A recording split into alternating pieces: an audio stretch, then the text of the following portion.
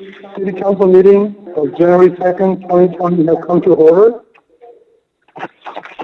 Before we begin, I just want to remind people that if they wish to call in to participate, the number is 605-468-8002. Access code 156811. Pound sign. And this meeting is also being streamed on YouTube. To a reminder to people on YouTube, there could be up to a minute to minute and a half delay between the phone conversations and YouTube. So the best thing to do is turn off the sound on YouTube and dial in, so you get a little better meeting to it without the delay. So at this time, may I have roll call, please? I'm sorry. Can you please stand up to pledge allegiance? And the covered as leading us in pledge allegiance?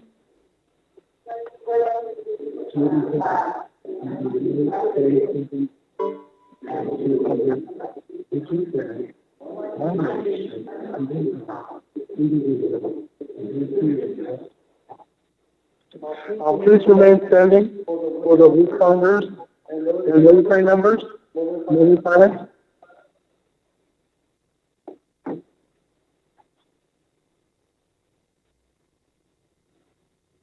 Please be seated.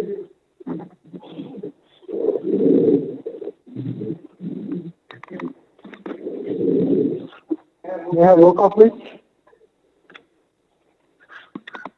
Roll call. Councilmember Baptista. Present. Councilmember Aguilar. Present. Councilmember King. Present. Mayor Pro Tem Garcia. Present. Mayor Summer. Present. For the record, council members, Mayor Pro Tem and Mayor are in attendance. Thank you. And this is just for staff only that is calling in. Please identify yourself. Who are you calling in?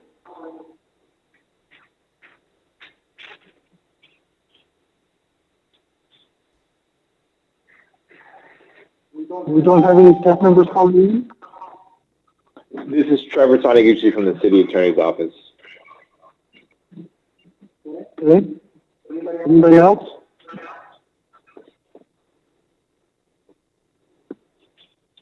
Anthony, seeing no one? What, Anthony? Okay, hello, Anthony. Anybody else?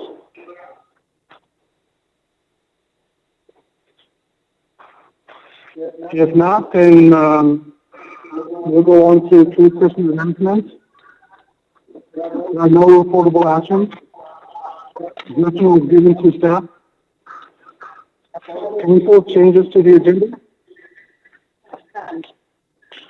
This isn't a change, but this is very bad.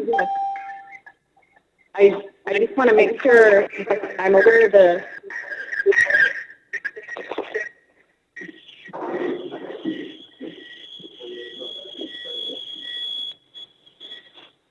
Is that cool? Can everybody in here put their mics on mute?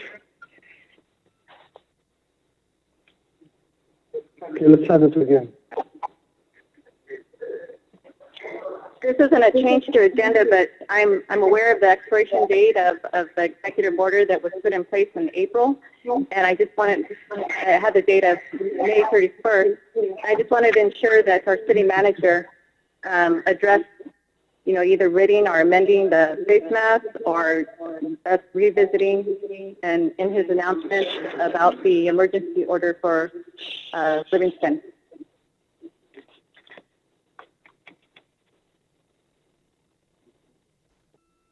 Thank you. Okay. Right. Change to the agenda? Yes, Mr. Mayor and Council.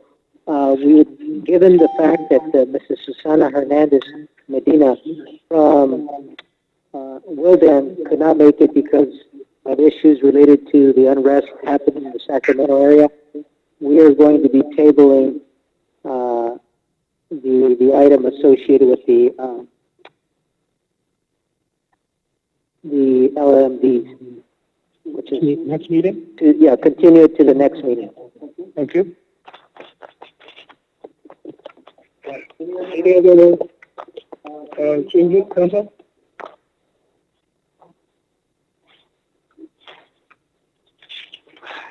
If not, then we'll go to announcements and report. Supervisor Espinoza, just in time. There's a phone there. There's a phone there. You? So just make sure that you hit the unmute it and then go ahead and talk, please. There we go. Good afternoon, Council. Just trying to remember, I think we had a meeting in the morning after last meeting, so we haven't had a meeting until the 9th of June. So last Friday we had a call into the San Joaquin Joint Powers Authority and the ACE train and the high-speed rail. So some of the members in the Capitol are trying to divert $5 billion from the Merced to Bakersfield high-speed rail and send it to Southern California. So we were in on the call, tried to prevent some of the members from. Obviously, they gave the comments, but they're gonna go back and vote. And I know that they want to move to take it away, but I don't think that the California Senate is for it. So the governor is recommending that it stays in the Central Valley, as well as the state staff recommendation as well. So we don't want to lose those $5 billion, otherwise we're going to have the train, how it's done.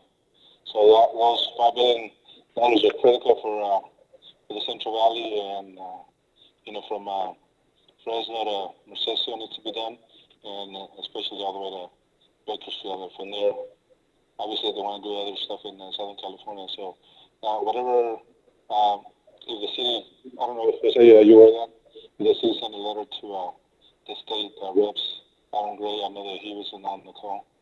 I was waiting on the line for 3 hours and a half, and I wasn't able to get in until I had to leave, but from 2 to 5:30 last Friday. So we also had a Joint Powers Authority regular meeting, which was last Friday as well.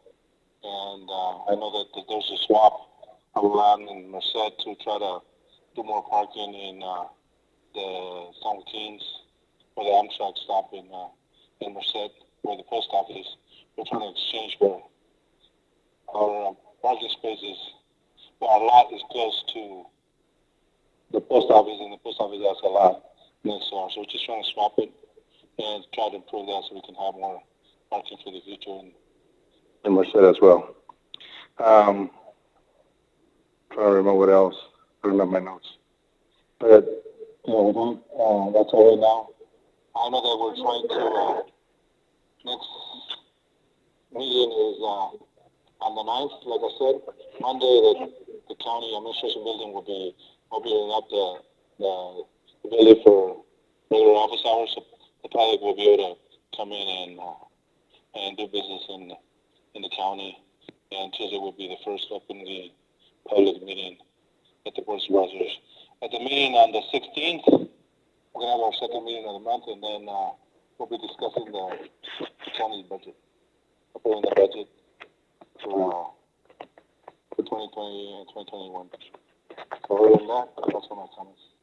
If you have any questions, we'd like to answer if I can.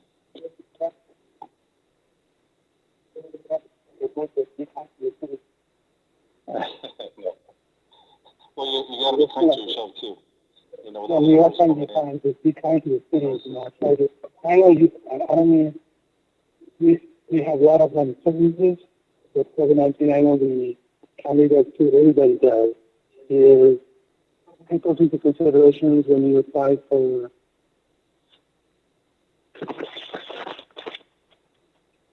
so take those into account when you apply for any kind of grants. That's not kind of putting you to that side of it, you know, that if there's any federal money that you guys can apply for, or state, or some other money that you find, you know, cities are also going through hardship like the county is. So when you go to apply for something that says County of Merced, has a lot more sway with the governor's office or the federal or anywhere when you got the county seal as opposed to a city seal, you know. So that's all we're asking, you know. Oh, of course, and that's what we're trying to do, you know. As a county, we try to, you know, search for more. I'm sorry. Search for more dollars. That way we can work with the cities and county. So Yeah. certainly that's the case.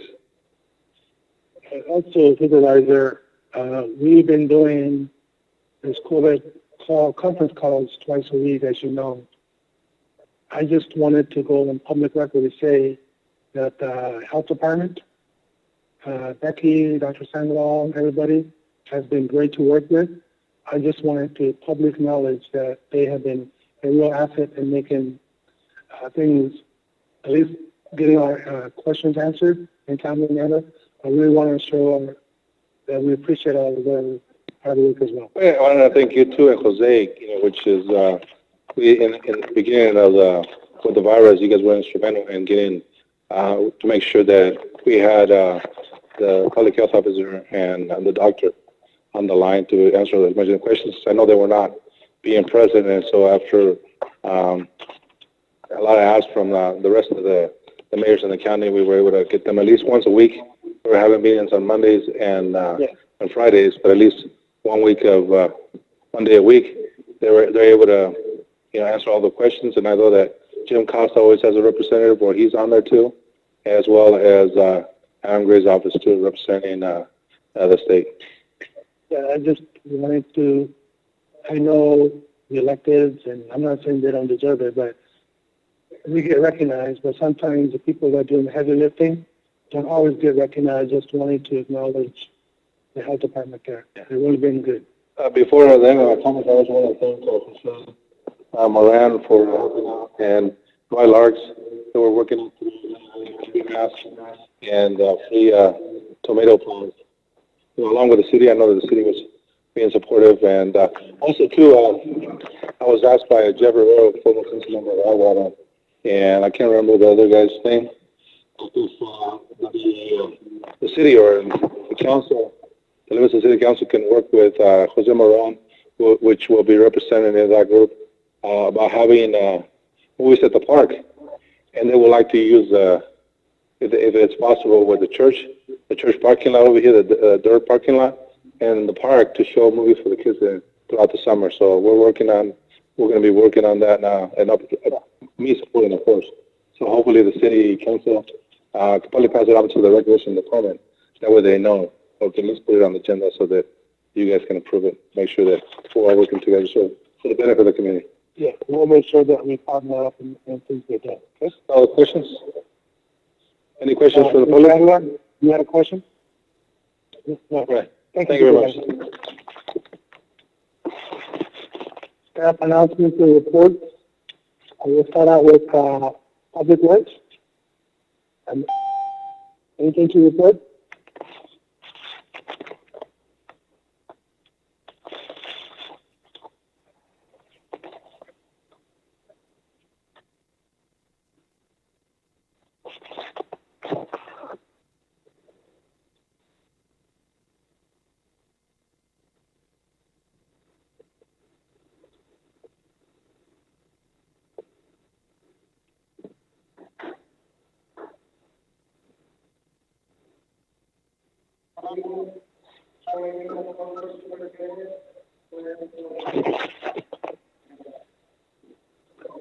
I don't know if I can hear you.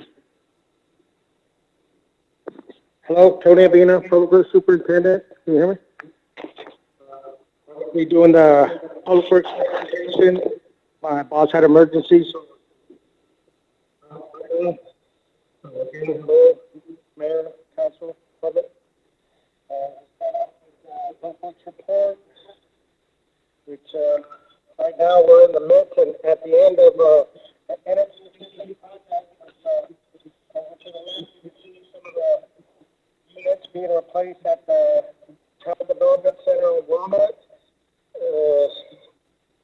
We needed a big crane. They had 6 large units that were replaced over in that area. This should help out cost efficiency over there. As you can see in the middle, there's one of the older units. As you can see over here, we've been storing them all in our public works facility, and as needed throughout the city where we're doing all the work, we're switching and replacing the old for the new. As you can see, the one on the left is our Public Works Corporation yard. As you can see, they were having to use cranes for a lot of these. Ones that you see on the right are the City Hall units, which were also replaced, and they were very, very old and in need of replacement. I'm sure now that they're all in and working, everybody's happy over here at City Hall. We also did some replacement at the museum, council chambers here, City Hall, and like I say, our Public Works facility and Child Development Center that is over on Walnut. Right now we're going into the LMDs areas. As you see on the left, it's one of our employees are actually putting out soil dredge to control the aphids along the LMDs and some of the trees. And then to the right, you can see when we go to trim our LMDs. Okay, when we're trimming our LMDs throughout town, it's not just a matter of trimming and going on. It takes a lot of work to trim them, clean them, put them up, and then running a sweeper through. So a lot of work. So we're trying to keep up on that. Over here to the left, you can see again, that's one of the newer piece of equipment that we have for trimming the hedges around the LMDs, which has been a big asset since we purchased that equipment. Over to the right, you can see that Roundup spraying all the weeds. It's constant during the summer right now. It hit us hard because we went from a lot of rain into the summer months, and it hit hard. So trying to keep up with the hedge trimming, spraying, and then mowing and keeping them clean. Right here we're at the wastewater plant project. This is a big project that we've come across on one of our aerators out there. Had been not working for a while. We used one of our old aerators that had been sitting for a while. With our in-house staff, all our water sewer operators were out there. Took us a while to get this thing out. As you can see, a crane, just like our air conditioning units, we had to use rent a crane for them to put it in place. And as you can see over to the left, the operators, and that gearbox is fairly big, so the crane has to do all the work.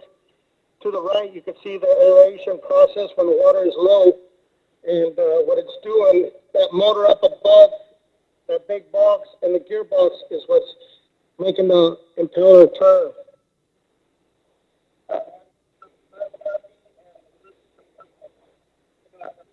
Big project that our in-house staff took care of. We didn't have to hire anybody except for the crane. And I would just like to give a shout out to all the guys that worked on it. It was a big project, and it is working, and both aerators are out there up and running now. MEASUREV. I know you guys have been going around town. We've been working on a lot of projects. The MEASUREV crack sealing. This right now, we're doing several streets, but right now this one shows the Crusoe Street all the way to Peach. And you've seen a lot of the projects we've had with the MEASUREV. This is just a continuation to get ready for overlay that will be coming up pretty soon.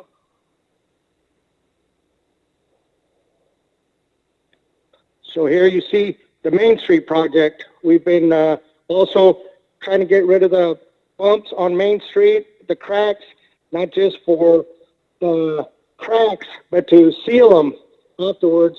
There was a couple little bumpy spots after we paved. We did go through and come through with our grinder to flatten them out. So we're in the process of trying to finish that project up all the way from to Peach on Main. This is just a map of the future slurry seal. So a lot of the areas we've been hitting with crack seal and replacing the asphalt are parts of what we will be doing as a slurry seal. So after we complete our project, this will be in the short future, will be the project that the slurry seal will take care of to seal the roads and hopefully save them for years to come. Public information, well, number 9. We've had in the past years a few problems with air. Right now, we're, as you can see, the static water is where the water table usually sits. When the well starts up, it's called a drawdown. The drawdown is the effect from being stopped and starting. Down here is where you see the bowls, and right here is where the water gets sucked up. So at times during startup or as our water table drops, we have been getting air. We're trying to not use this well very much or use it very little. In other words, we put the gallons per minute to about a 700 gallons per minute. And when not needed, we're shutting it down and running all our other wells.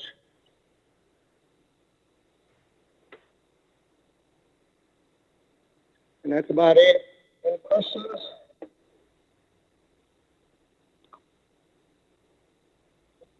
Thank you.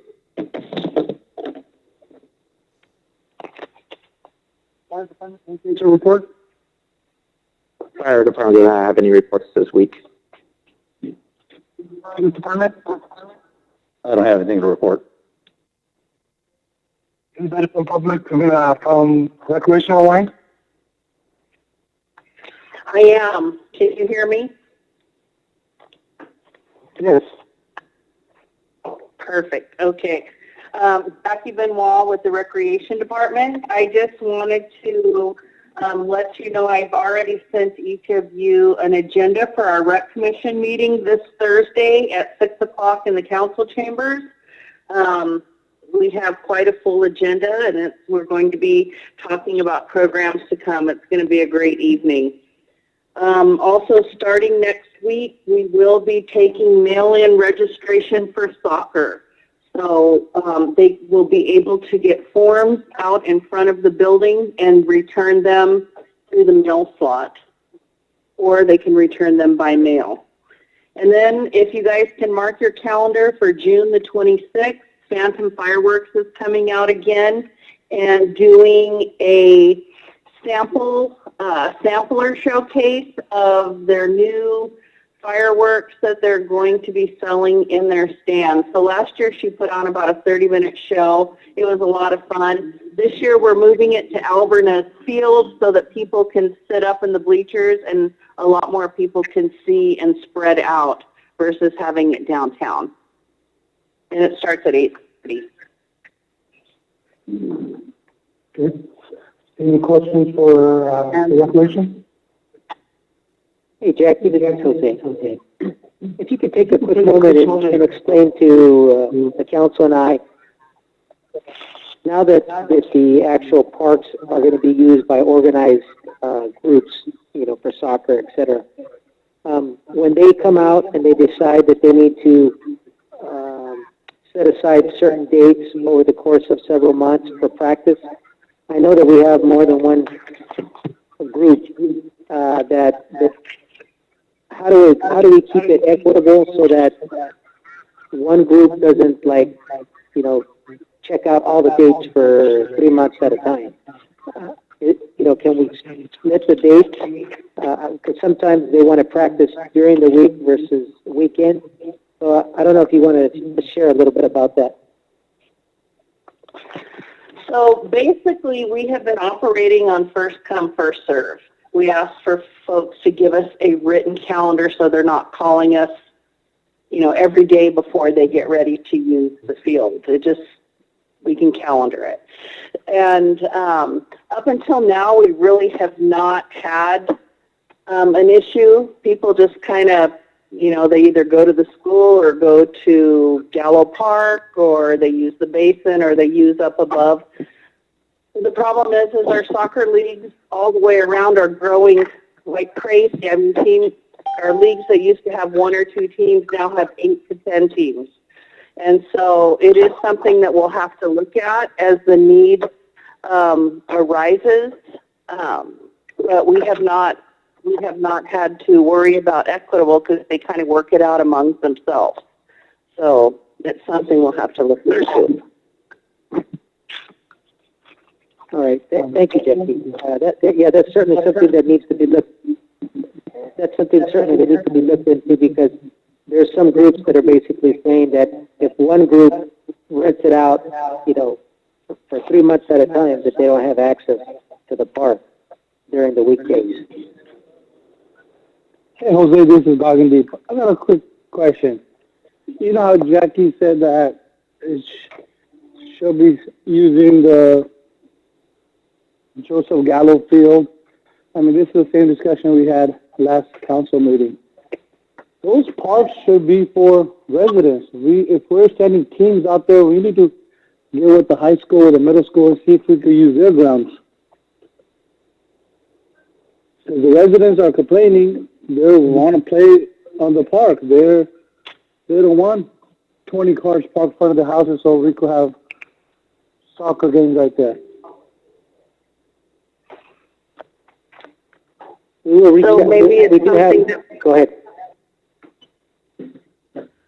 It's something maybe that I can take to the rec commission and we can brainstorm how to deal with it, because even though there's a lot of kids out there playing, most of them are residents.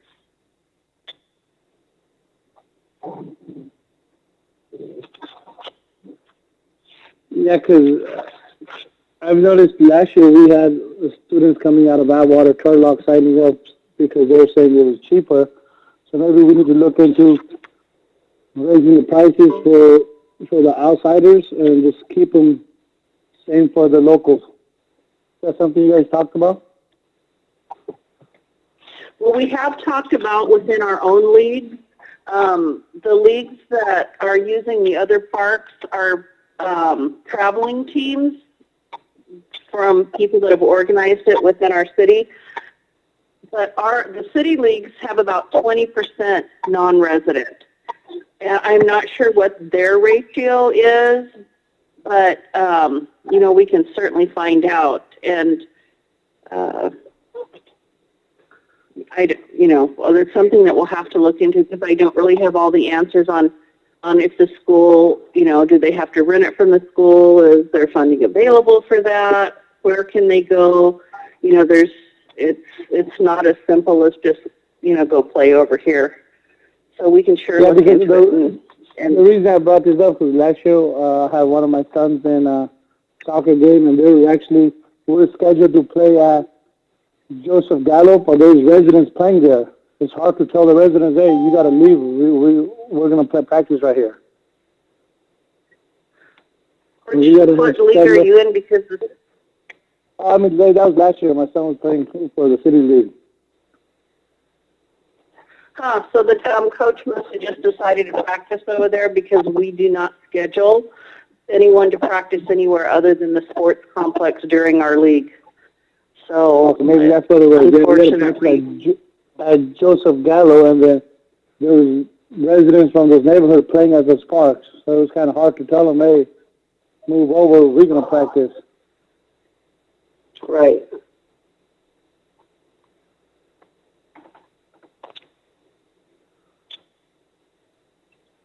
I think that's a good idea, Jackie, to take it to the rec commission, and I'm sure that you guys can come up with some really good recommendations. Sure, and then I can report next time. I've got some things that I'm going to be talking about at the next council meeting, so we can certainly report on that, what comes out of it, if that's okay. And basically put a policy in place so that way the residents are familiar with it. Okay. I just have a comment. I'm not too sure if I followed that whole conversation. Or was that Councilmember King? Was the issue that people were coming out of town and using the park, or was he wanting to keep a public park only exclusively to the residents that technically pay for that park for their property taxes? No, there were two things. One was there was kids from out of town registering in Livingston leagues because they were about $100 cheaper. So that's why we had more teams than what we should have had. And the second thing is, if we do sign a team to practice at a local park and residents want to play, who gets to play first? People that were there, or the team that the city signed to the park?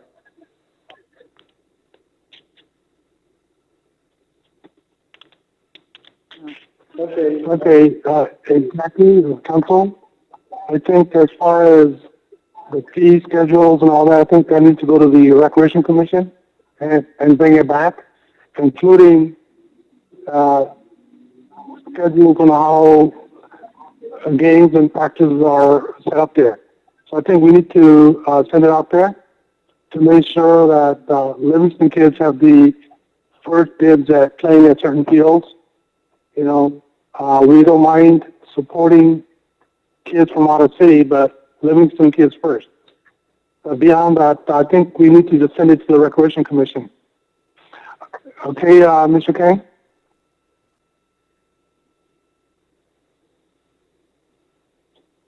Thank you, Mayor. Okay, and Jackie? Okay, Yes. Jackie, did you get that? Yeah, can you maybe I sure give did. Councilman Member Kang a call within the next couple of days so you get a little better idea of what he's asking? Sure, absolutely. Yeah, I think it's too late to put it on, maybe for general discussion, but not necessarily for any, maybe you can bring it up at the next Recreation Commission meeting. I think it's this Thursday, to see if there's what they want to do for the following meeting, perhaps. Sure. Sure. All right. Thank you. Anything else, Mr. Kang? Okay, Jackie, continue, please. Thank you. All right. Continue, please, Jackie. Yes.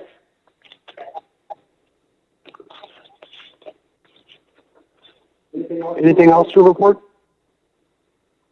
Nope, that'll do it. Okay. Thank you. Police Department? I'll take the report. And then, Mr. Ramirez. Yes, Mr. Mayor and Council, I got a few items. First of all, I would like for you guys to keep Vanessa and her family in your prayers. Unfortunately, Vanessa's parents, who live in Los Angeles, contracted COVID-19, and her dad didn't make it. And so that's one of the reasons why she's not participating in this council meeting. And out of abundance of caution, because she received a compassionate visit, she's going to be working from home. And so, again, this is real, and we got to take precautions. And if you can keep her in your prayers and her family, that would be much appreciated. Number two, I just wanted to share with you that I'm very happy to have met this new postmaster here in Livingston. I've had the pleasure of working with like 5 or 6 postmasters. And every year I've put in a request to give that post office a facelift and, painting and, shrubbery and stuff. This postmaster was on the job for a week. I met with him, and the following week, if you've been out there, you can see that there's a big difference in terms of the aesthetic related to that. So I wanted to thank him. Also wanted to let the council know that, and the public, that we're going to designate some resources so that we can have a better visual and audio system for this council chambers in interaction with the public and stuff. And we also thank you for being patient with us and trying to make all these things, everything work. So that should be forthcoming. We are also looking at at the appropriate time opening up City Hall. We are making some upgrades there as well to be able to work with the public. So, for instance, we're looking at putting plexiglass with a microphone system that you guys are typically familiar with at banks and other places. So that way we can open up the lobby and start that process again. Also, as Councilwoman Batista mentioned earlier on in this in the council meeting, as you might recall, the mandatory face coverings, basically there was a sunset to that, and the sunset was at the end of May. So that might be something that the council and the public might be interested. I would like to know what your thoughts are on continuing the mandatory face coverings in our community. We were the first and also the only ones that required mandatory face coverings. So that's something that I wanted to throw out there to see what the council thought about that. And if we want to do that, then we got to bring it back for council action. Number 4 that I had that I want to talk to everyone about is that our budget is being worked on. We're going to have some budget workshops, and so this is a great opportunity for the council and the public to participate. And again, this is for the next fiscal year.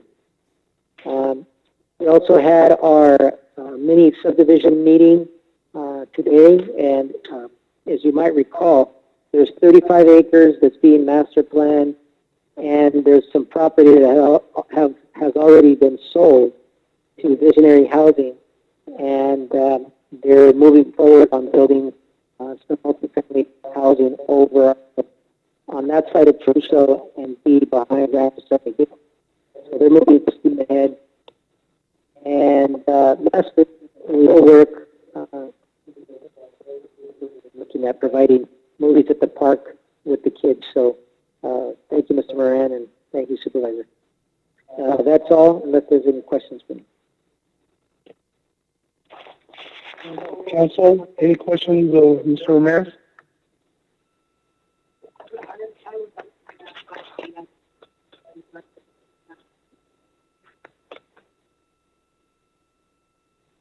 I would like to bring, this is Maria Batista, I would like to bring the item back regarding the face mask to be an agenda item. I'm in agreement with that. This is Juan Aguilar. Yeah. And for me, for the public, give us your opinion. Send us email. Put it on Facebook. Send smoke signals out here. Let us know what your feelings are. Let's go ahead and get some feedback from the community as well, and the business community as well. Anything else, Mr. Mayor? Okay, so I'll move on to City Council member announcements and reports, but before we do that, City Clerk, anything to report? Nothing to report, Mayor. He's doing the waive us and no report, okay? Councilmember Aguilar? Councilmember Batista? Yes.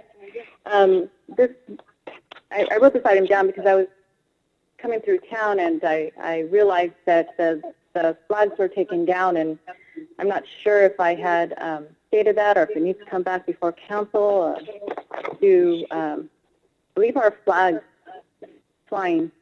I realized that the week of the Memorial Week from May 25th, addressing the observed holiday to May 30th, has passed, but during these times, I believe that we need to have a unifying community and recognize that as a local, we need to have them.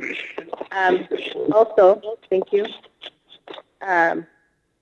Let's see, Mr. Mayor said those flags be up tomorrow. Thank you. May 25th and the 30th, I did do a very small memorial ceremony at Memorial Park honoring our fallen heroes. It involved a small program that I'm involved in with VFW, and involved Miss Independence girls. So they came to the park and they laid buddy poppies down on both the days. And I also want to let the public know that the VFW will be holding its regular Thursday night, but this Thursday will be a chicken dinner rather than a hamburger night. So it's June 25th. They will be providing tickets, and if I may ask that be on the marquee outside, the digital, if we announce that, and I'll talk to you about that later, but they would like to announce that so that they can continue to raise funds for veterans. Air conditioning. There's an item here that I had for Tony as he did a slide. I wrote it in my notes, but I'm sorry. Tony, in one of your slides that you had up earlier, you had that there was improvements to City Hall, chambers, and I think I had brought it up a while back in regards to modern men's. Is that still part of city?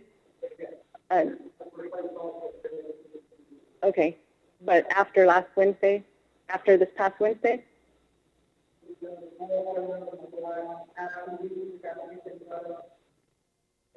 Okay. Okay, perfect. I just wanted to ask because I was in there and it was hot. So, also, I wanted to bring back an item that I'm not quite sure and I don't remember, and it has to do with the pop-up art. I saw a video on Facebook, and it was in regards to the history, and I forget who put it together as a YouTube video, and it highlighted Blueberry Hill. And as we watch the video, we see that the whole, and his concluding part was that he showed the Winton Parkway and what is that? Not Vineway. B Street. B Street. Intersection. Well, whatever that is, right there. The T.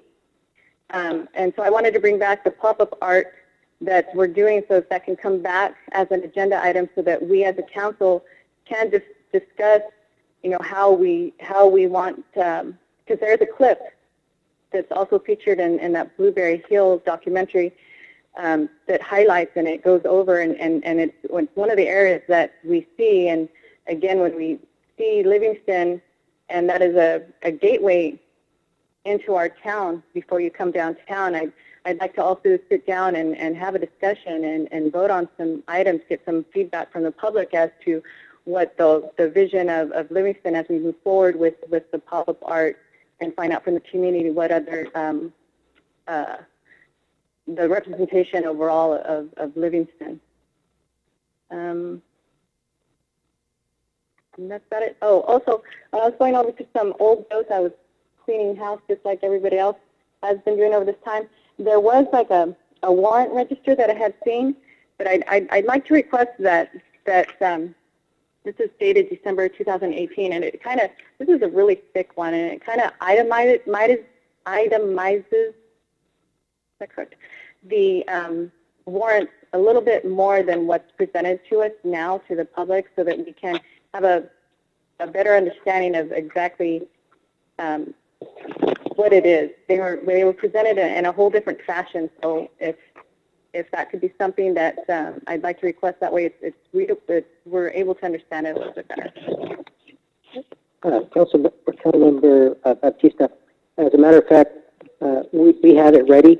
So what we'll do is we'll email that to you. And this is the short version, but we have the long version. And what we'll do is we'll email it so that way to all the council members, so that way you have it. But what's always presented is the short version, but we do have the long version. So we'll make sure to email it to all council.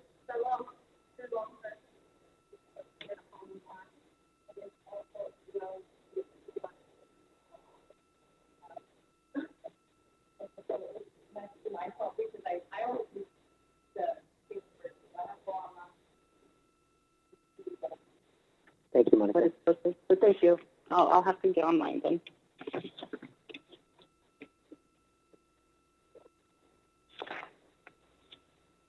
Anything else? Okay, thank you. Councilor Livingston?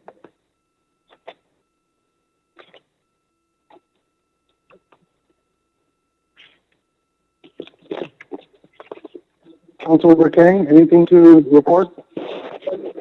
No, I got nothing to report right now. Okay, Mayor Pro Tem? I don't have anything at this time. Okay, for me, I just have one item. What I would like to see at our next council meeting is our policy for surplus. And what I'd like to include in there is that in the future, if the city is going to declare any surplus, we have a line item that shows what we're going to do with that particular property. I don't know if we need to give direction or that. Let's go ahead and bring it up, and that way we can vote on it and then make it a policy.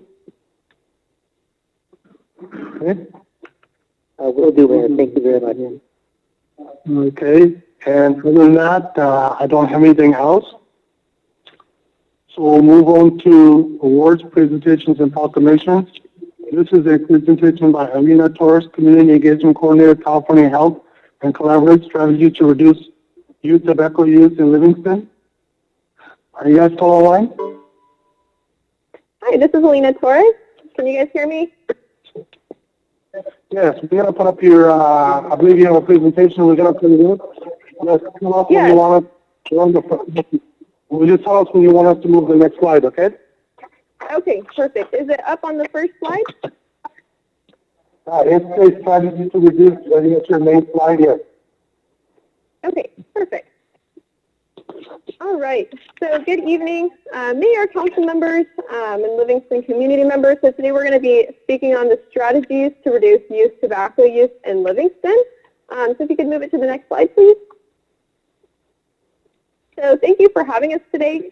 I know we've had the opportunity to present to the City Council before about the dangers of tobacco products, vaping, and how flavored tobacco plays a part in youth use of these products. We wanted to thank you for the opportunity to return and to share some more education on how communities can protect youth from the impacts of tobacco and also the ploys that the tobacco industry uses to attract youth.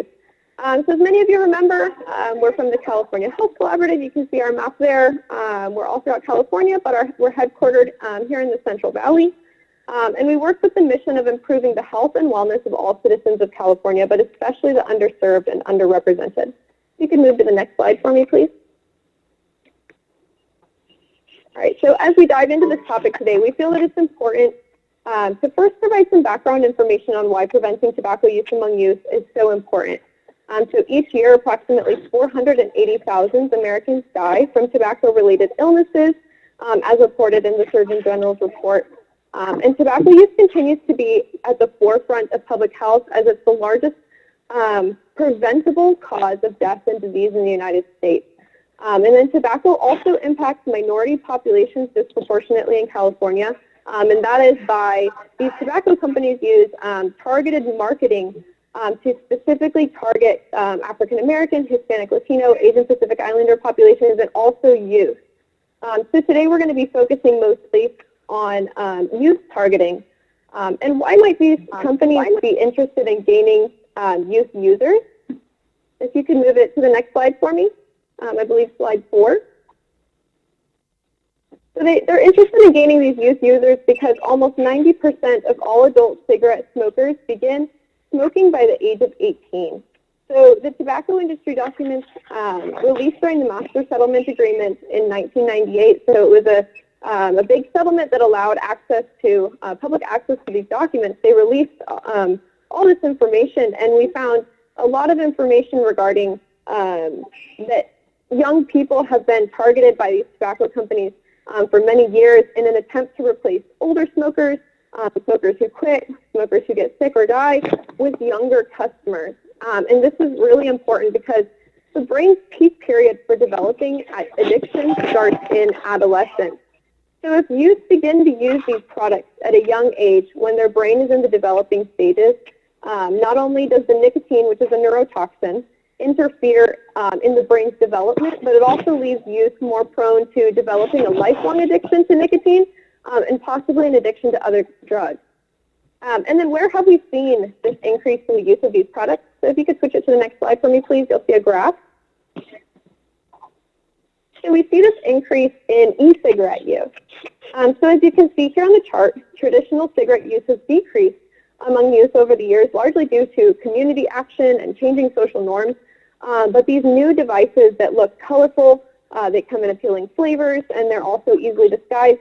They've disrupted this downward trend, and it's caused a rise in youth e-cigarette usage, as shown by the orange line depicting the rise in the e-cigarette use. So tobacco companies reported spending $9.36 billion on marketing cigarettes and smokeless tobacco products in the United States in 2017. And if you go to the next slide,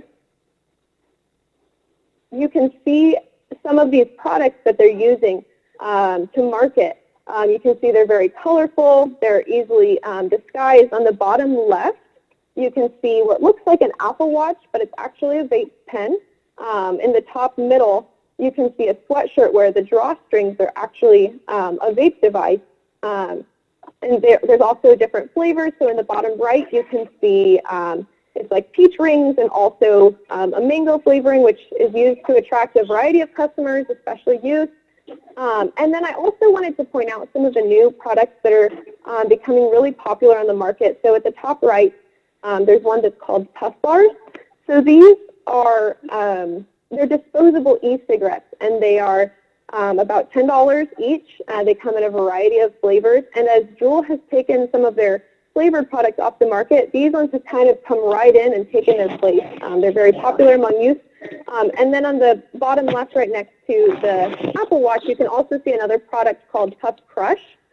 And this is essentially a way to turn the normal tobacco and menthol flavored cartridges that you can still buy for the Juul and turn it into a flavored product. It's a silicone covering that you place on top of the tobacco flavored Juul, and it essentially can turn it back into a flavored product. So I just wanted to point out some of the new products that are on the market.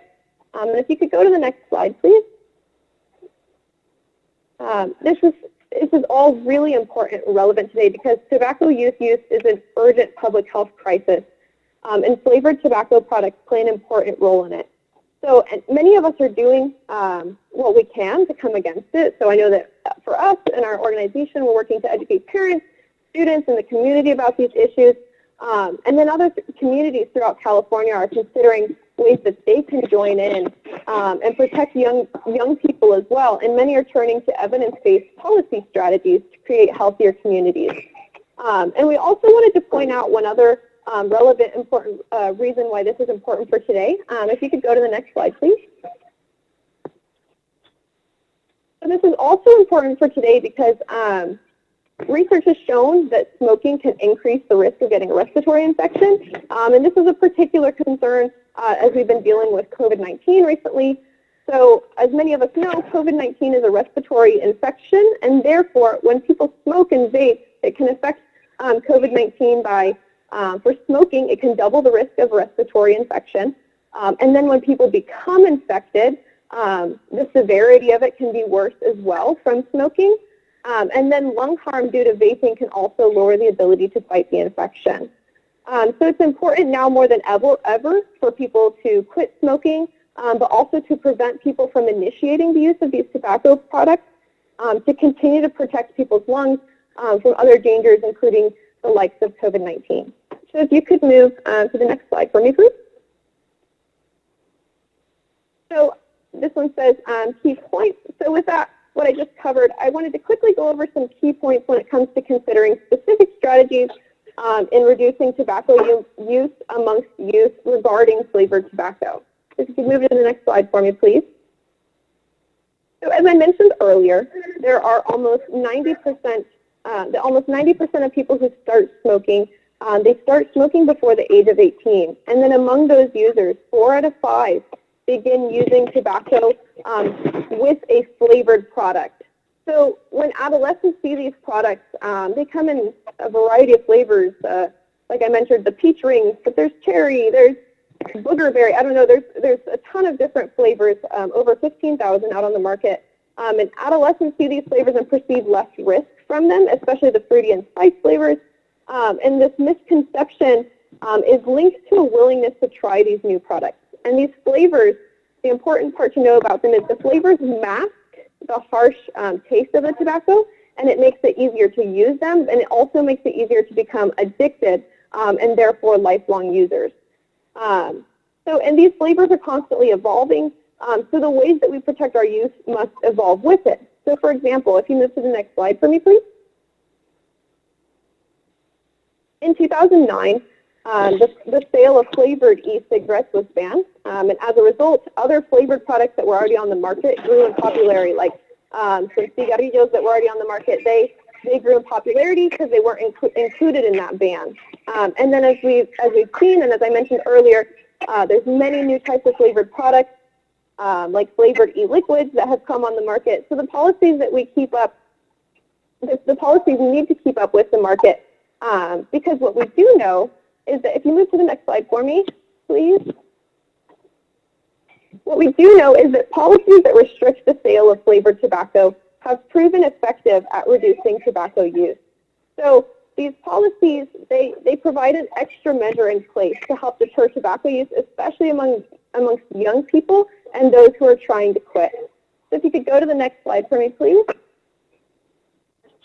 Reducing the use of tobacco is also beneficial because it causes benefits like a reduction in healthcare costs. So nationally, over $170 billion is lost in productivity costs, and at least $133 billion is lost in direct medical care expenditures in the United States each year. So tobacco controls can be cost-effective for communities in the long run as well. And then if you move to the next slide for me, please. And then research has also shown that the number and proximity of tobacco stores can also have a direct effect on the health of a community. So when there are more tobacco stores in a given area, youth are more likely to start smoking, and people who already smoke are more likely to consume more cigarettes and also have a harder time quitting.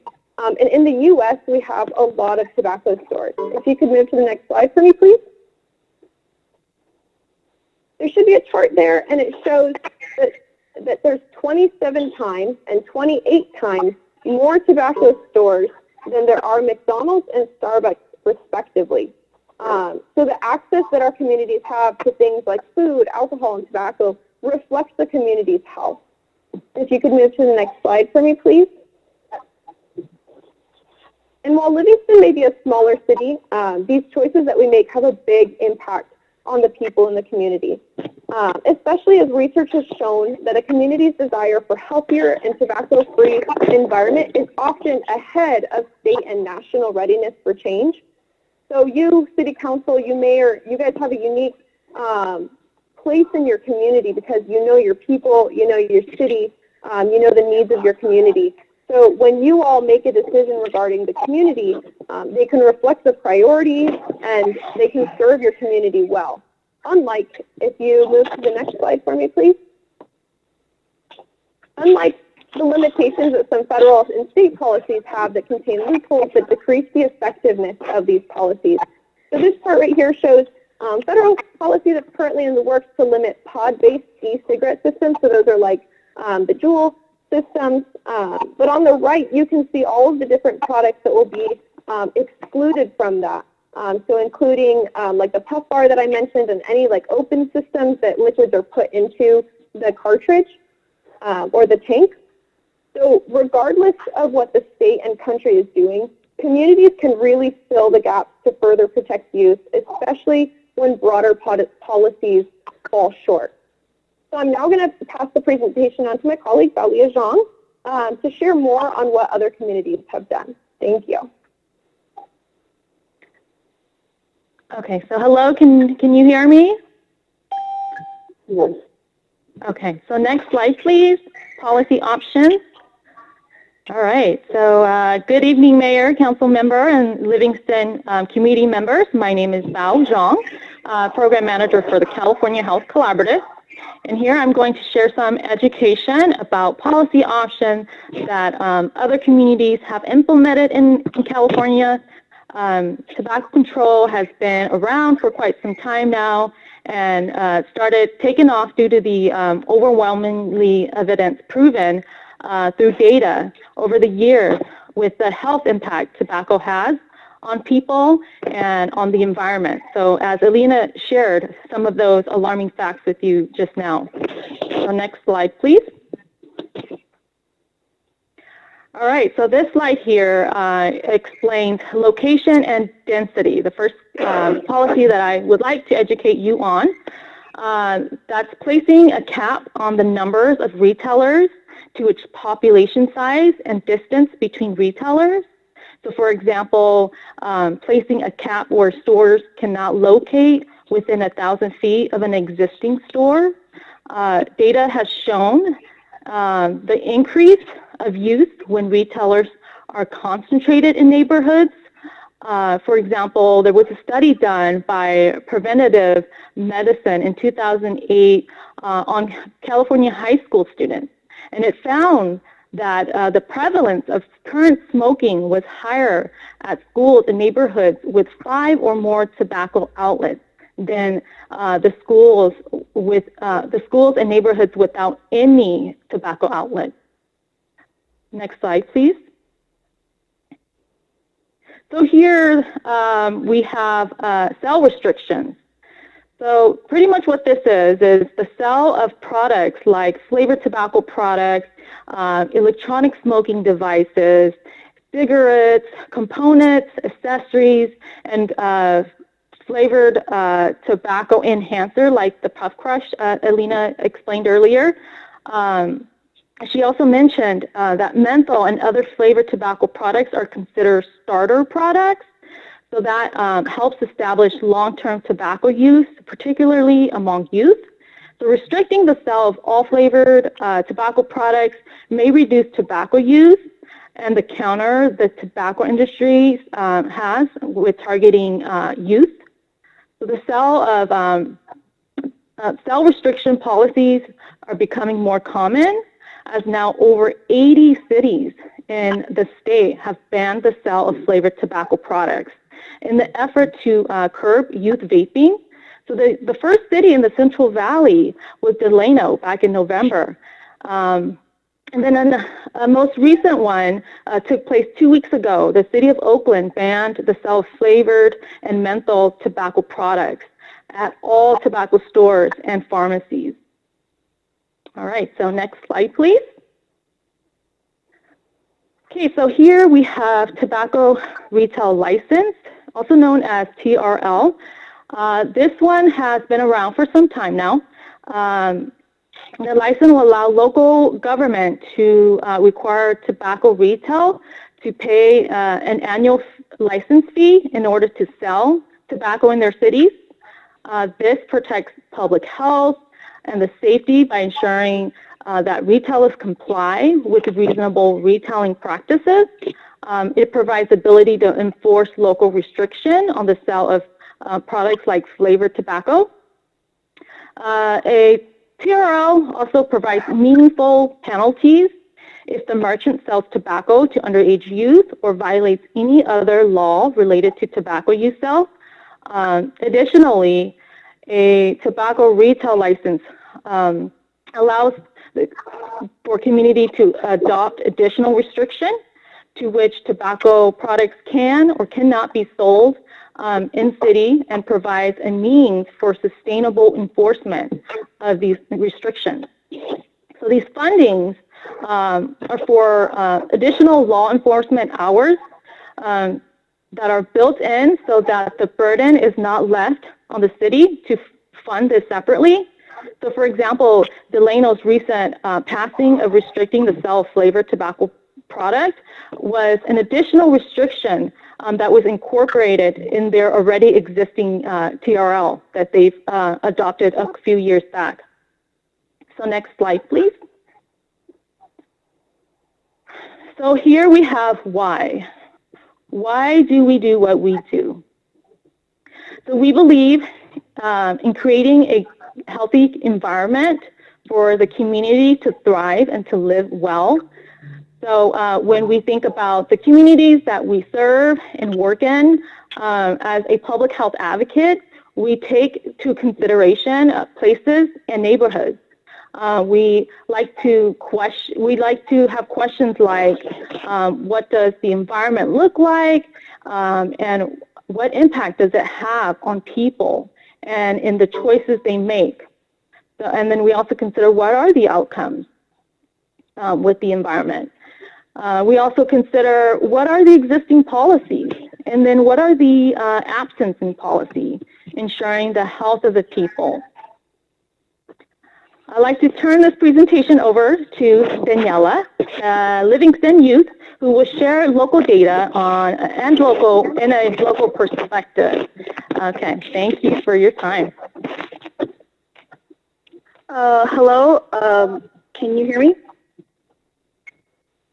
Yes.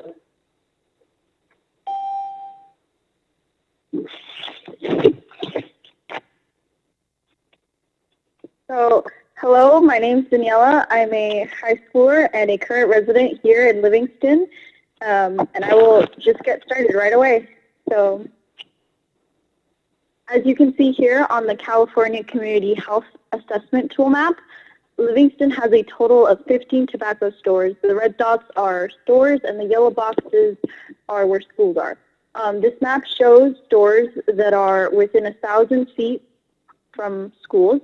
And 15 stores in total may not sound like a lot, but Livingston is a smaller community, so when you look at how many stores there is for every 1,000 people, you actually find that there is 1.1 stores for every 1,000 people, compared to Merced and or San Francisco, which are both at 0.8 for every 1,000 people. It shows that 15 stores are actually high for how many people we have in Livingston. And we surveyed 4 of those stores last year that were located within 1,000 feet of schools. And all 4 stores sold tobacco products. And the tobacco products were visible to customers. Next slide, please.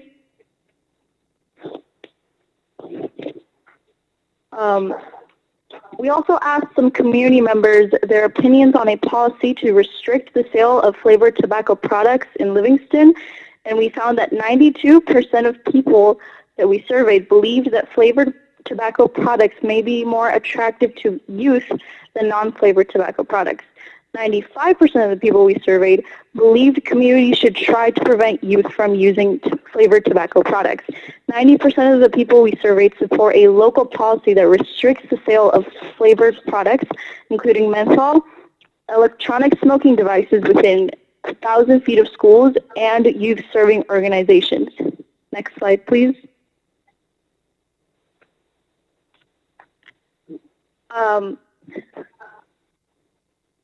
Now, local perspective. Since I am a resident in Livingston, I would like to talk about my own experiences and what I have seen and that have affected me the most, which have been my first experiences. It was a girl, this straight-A student, a great student. I had always looked up to her. I was kind of familiar with her, but I've only ever looked up to her. Then one day, my friend and I were walking in class. She runs up to us in a panic and asks if we would like to buy her flavored tobacco products because her mother was going to search her backpack later that day. Usually we have this image in our heads of the kids who use these products. We stereotype them as bad kids. But here I saw the perfect student, perfect daughter, perfect friend who got into vaping. It made me sad because I looked up to her. When you're in school, there's always that one student that you know has the best grades in the class and that you want to beat that one student. She is amazing at school and amazing at speaking her mind. And it made me sad because she has all the potential to be successful, and I didn't want the potential to die out. She may not have people in her life, or she might have some bad influences. It can show that you can be doing everything right, but you can still fall into the traps that are these tobacco products. She is a stereotypical good kid. I feel like her parents are very similar to mine, where they try to keep bad influences out of the home, but then our social experiences have been different, and parents can do so much to filter what's inside the home, but they can't change what's out there, and sometimes it's our environment that can really shape who we become and the decisions we make. So that's why I asked the city councilor to step in and protect the community, because parents can do their part really well. They need help too. So I asked the city council to restrict the sale of flavored tobacco products in the city of Livingston to further protect our youth and our community. And now I will pass it on to Christian. Thank you. Thank you. Yeah, this is Christian Ramirez speaking. Hello, ladies and gentlemen. Thank you for being present and allowing us to propose this information here today. Today I will be partly breaking down a very personal story on how I developed a deadly connection with flavored cannabis and tobacco products. About 7 months into my sophomore year, it all started. My poor choices allowed me to pick up a lot of bad influences, such as peers, close friends, worse habits, and a weight that supported my meaningless path. I had great role models, but no one with true wisdom, understood meaning, and knowledge in my arsenal at that time. Or so I did, but had no forced necessary guidance to my younger adolescent self. About one half of people who make bad decisions are not bad people. They lack proper knowledge and wisdom and or what it means to live meaningfully. Although they are surrounded by good influences,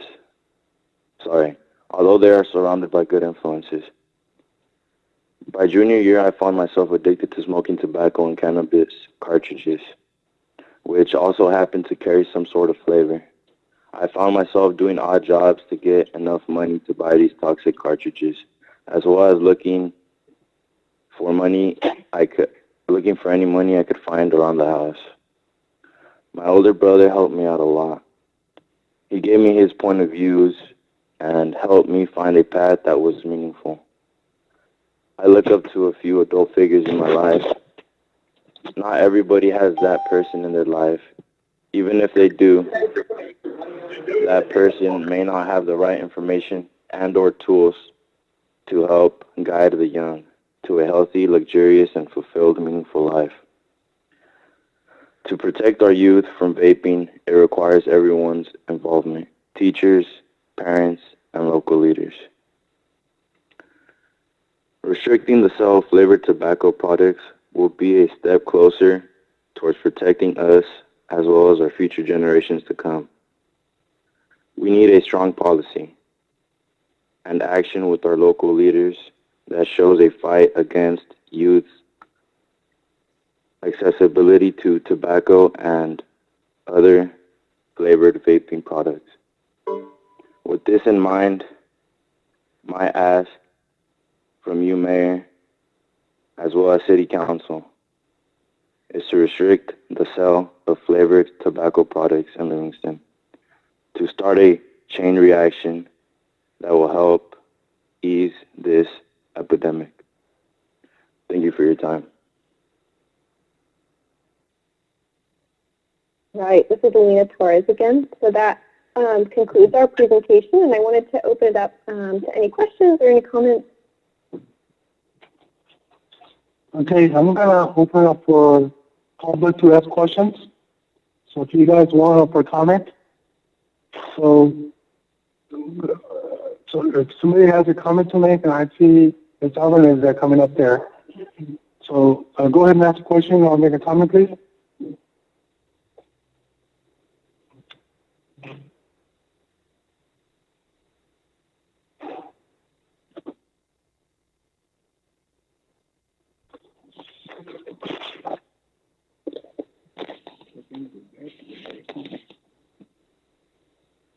Question. Okay. Colette Alvarez, P.O. Box 255, Livingston, California. When I grew up in Fresno Hamilton Junior High, every day I walked to school, and the sidewalk in front of the school, and it was in front of the face of school, there was a line of kids smoking. Did I get offered cigarettes? All the time. It was very uncomfortable to walk as a 13-year-old every day and go through the gauntlet of all the people smoking. So we need to think about the people that are trying not to smoke too. I suggest having a photo ID card for whoever, all the retailers that sell the product. They have to ID the clients that are buying them.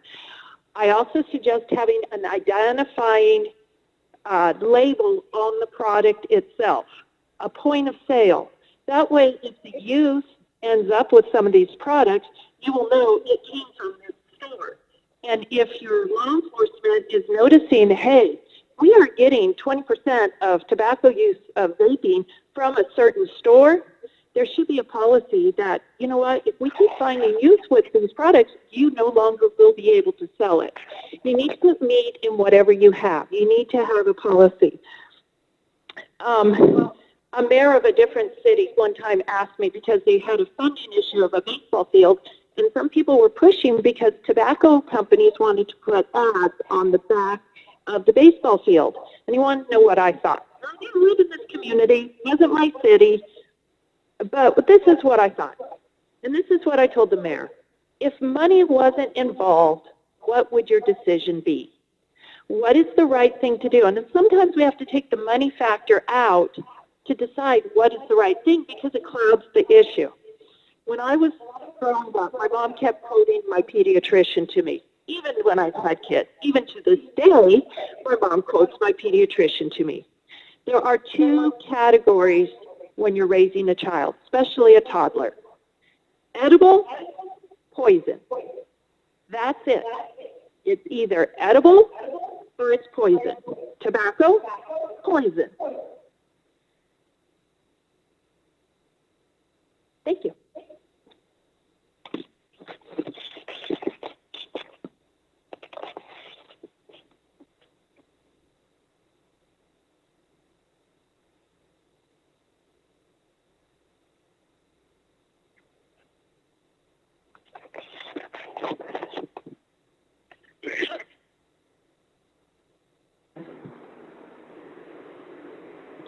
Hello?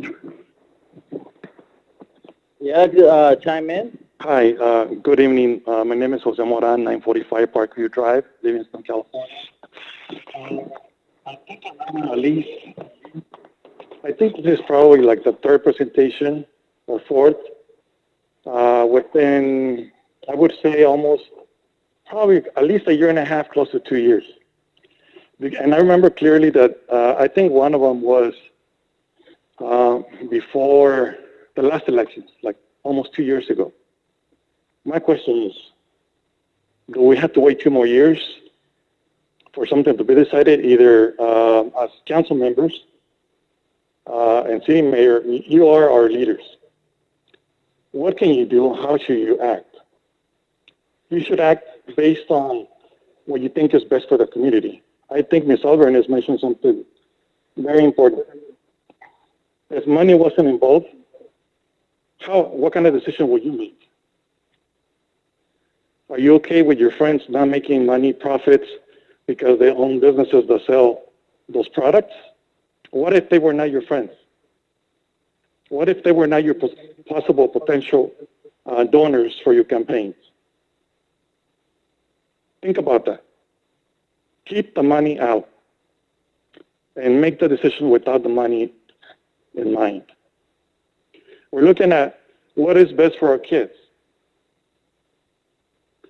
I think if we look at the facts and common sense, we would assume that this type of products are not good for their health at that age, or probably at any age for that matter.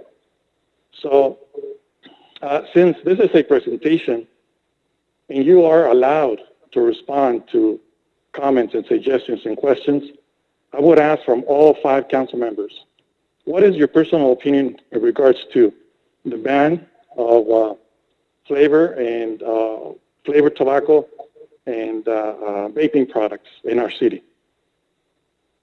Thank you.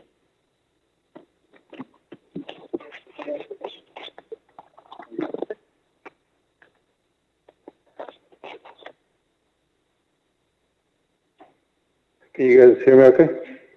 I'm on. I think I've been, like Jose said, when I was mayor, this was brought to the council for a couple of times at least, but I know that the council did not go for it. I was pushing to have a tax on cigarettes, and this is for vaping and flavors, of course, which is, to me, is the same thing. Well, actually, this is worse, because we have seen all the TV ads where they say vaping is a lot more harmful, a lot sooner. So I would request that the council put on the agenda to, put this fee on flavored tobacco, which is the right thing to do. There's a lot of pressures. I've been in that seat, and we have a lot of businesses that they sell the tobacco, but the businesses, they make decent money. They make a profit, and but it should be back on. It shouldn't be on the youth. The youth will suffer. The system suffers. The medical, we all have to end up paying in the end for all the medical issues that happen related to the use of tobacco. So we appreciate if the council moves forward and passes a fee so that to try to educate our youth about the harmful effects of tobacco. So we appreciate it. And this will pay for the resources from the police department to make sure that they work with the schools or whatever education has to happen, here in council meetings and any educational field that to prevent from the youth, doing any type of tobacco. Thank you. Mr. Supervisor, are you pushing for such a policy in the county, in regards to the county? Well, of course. I think they've talked to me in the past, and I was, gladly do the same thing in the county. So I think it's better policy to have all around the county. Thank you. Is that all the questions? Yeah, that'd be a good idea for Alina and you ladies to present at the Board of Supervisors meeting. Yes, my name is Jay Tang. I'm at 246 Madrid Way. Okay, hold on, please. Hold on. Okay, no worries. Sorry. Yeah, I'm finished with my comments, so I don't know if he wants to ask them. Oh, no, go ahead. Talk to somebody else. Hold on. Nobody speak yet. Are you done, Supervisor? Thank you. Okay. Anybody else want to make a comment? Please come forward.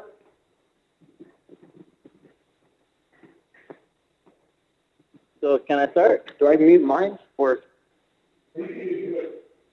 My name is Dwight Larks. I am a former resident of the city of Livingston. I'm also a Livingston High School graduate, class of '95. My father was a lifelong smoker. He started smoking when he was 14 years old, and I saw him pass away of pulmonary fibrosis and complications resulting from smoking. So I fully support any kind of ban that you can do for not just children, but for adults who just can't make an adult decision about their well-being. The cost ramifications of people smoking are astronomical. It's hundreds of thousands of dollars when somebody comes down with some sort of illness. and we all have to pay for it with our tax money or other ways. So I fully support any kind of ban that you might have in the city. Show that you have some teeth, and then show that you have some respect for yourself, and just ban it. Ban it like you would ban prostitution or anything else that hurts people. And so, yeah, I mean, I'm all for you guys showing that you stand by what you heard, and that the people that are putting this presentation on are giving us some very important information. And maybe go a step further. The city of Livingston has an astronomical obesity rate. I mean, it's like embarrassing. I was looking at the statistics that came out in the Merced Sun-Star last year. Just incredible obesity rates. And if someone's obese by the time they're 18, the chances are they're never going to not be obese the rest of their life. These are very young kids. So I think junk food goes right along with tobacco and all the other nasty stuff that people can consume.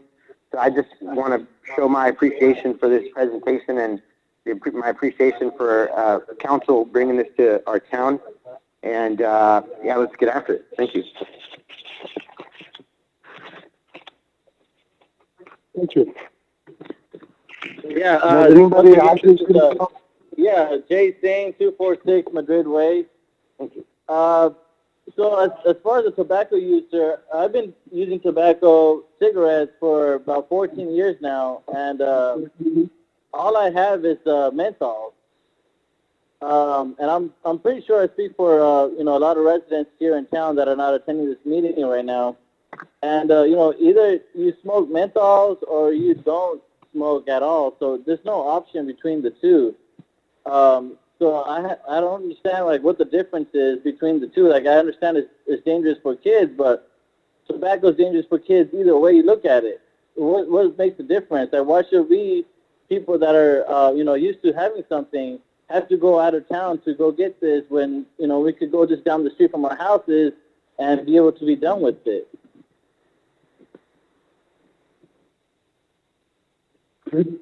And it's not only affecting the people that smoke menthols, it's just affecting all the small businesses here in town that do tobacco sales. And I'm sure a lot of the tobacco sales are either 50% regular tobacco or 50% menthol.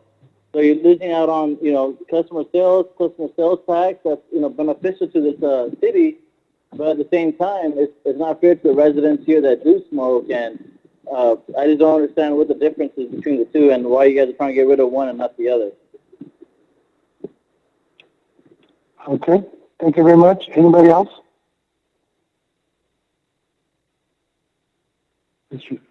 Anybody else calling in wants to make a comment on this item? If not, Mr. Simpson, you have something to say? Can you unmute your mic? Unmute. You're muted. Yeah.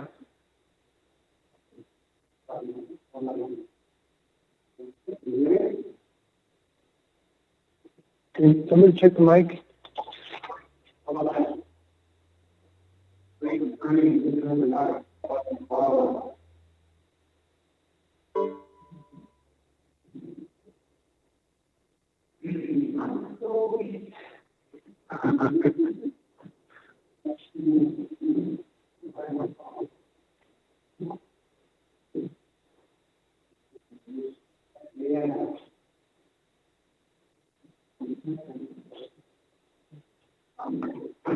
You on? Can you use your phone? Hey, Mr. Silva, who's your supervisor? That's the one that's saying.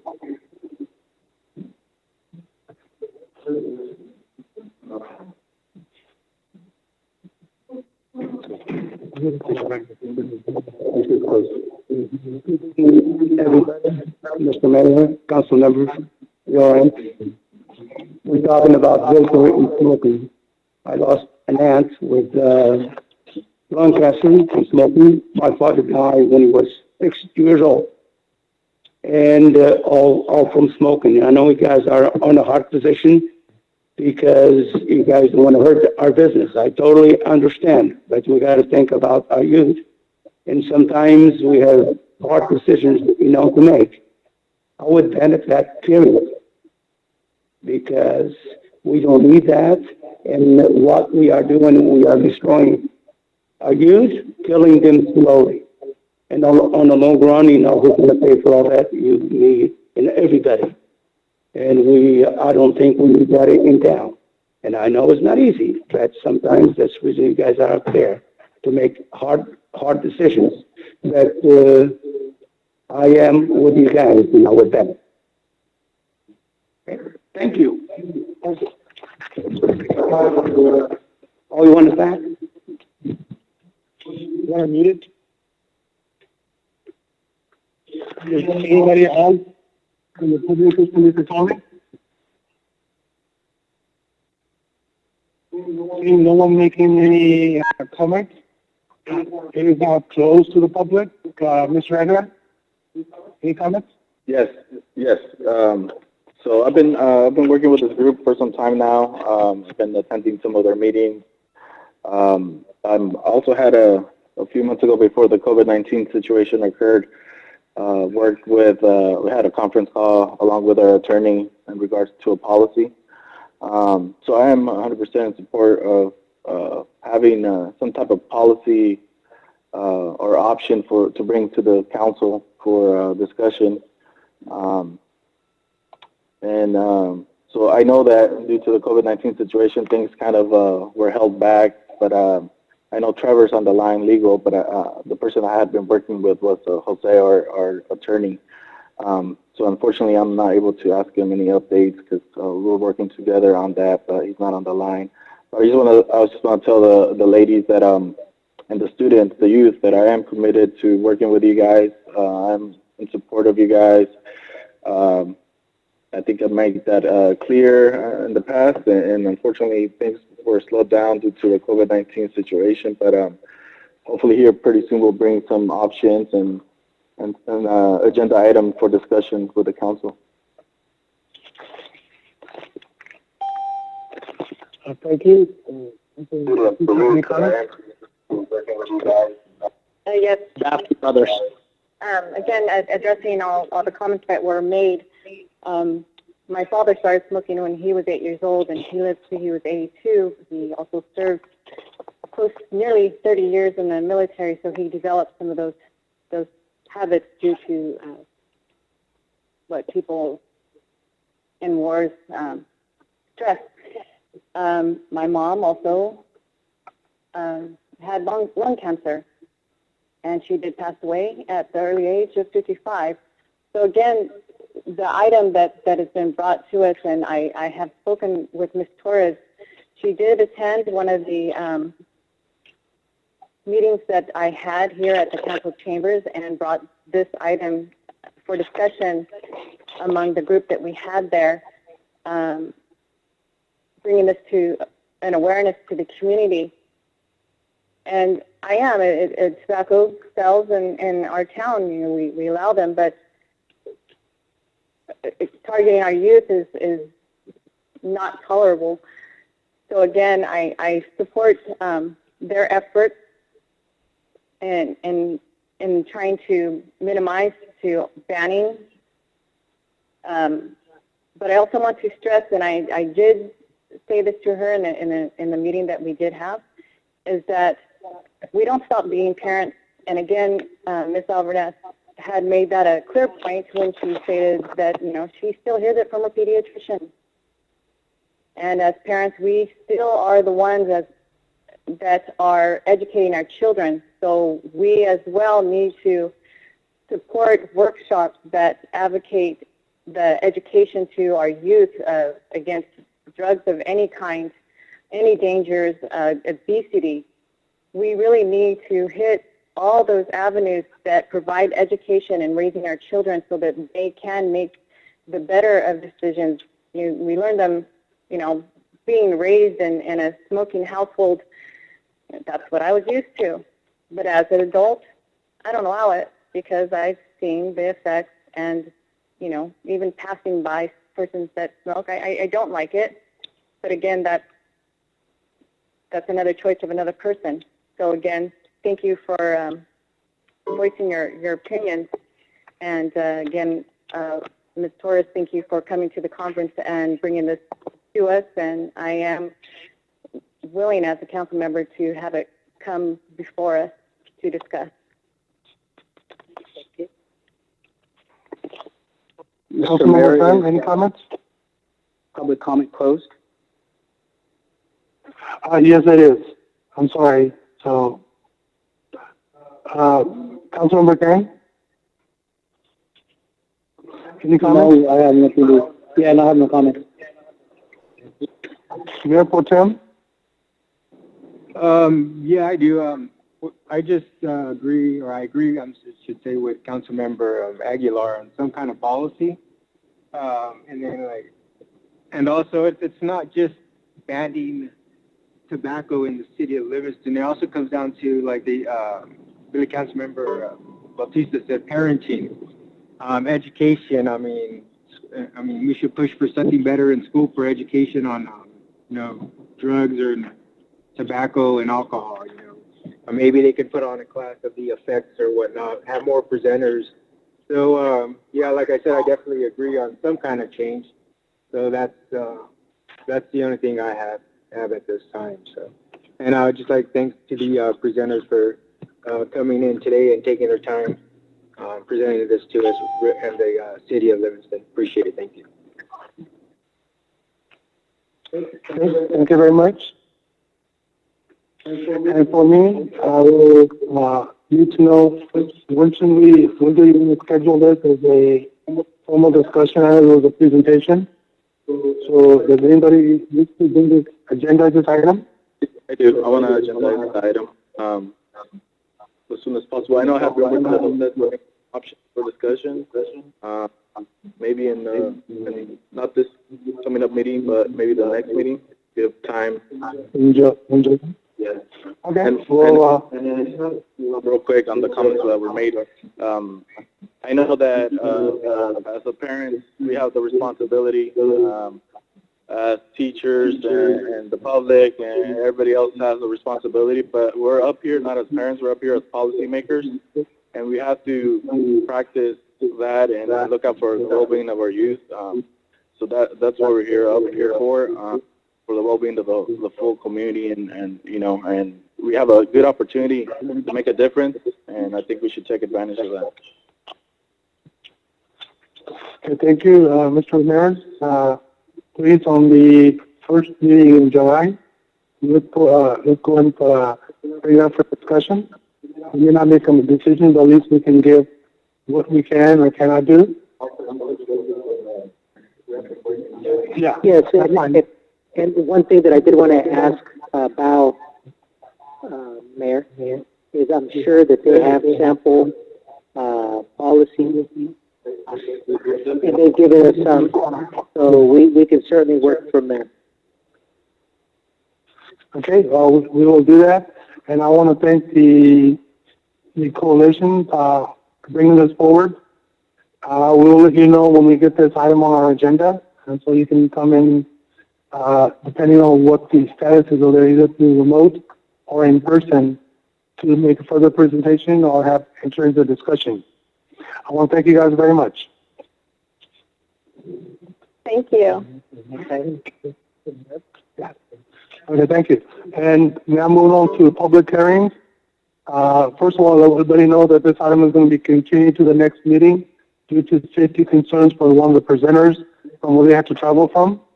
This is a proceeding under the Landscaping and Lighting Act of 1972, California Street Highways, Code Section 2250, for the approval of levy annual assessments for the citywide consolidated landscaping assessment district number 1 and confirming assessments for fiscal year 2020-2021. This is just a public hearing. Mr. Ramirez, you want to do a quick introduction and then we'll open up for hearing, please? Yes, so this item, Mayor and Council and public, is a continued item from our last council meeting. We were planning on having Susan Medina, who actually represents the World End Financial. She was unable to make it, as you are all aware. There has been some disturbances in different cities. And so for her safety and others, the company opted to have her come at the next council meeting, which would be June 16th. So we will continue this item in the public hearing for the following meeting.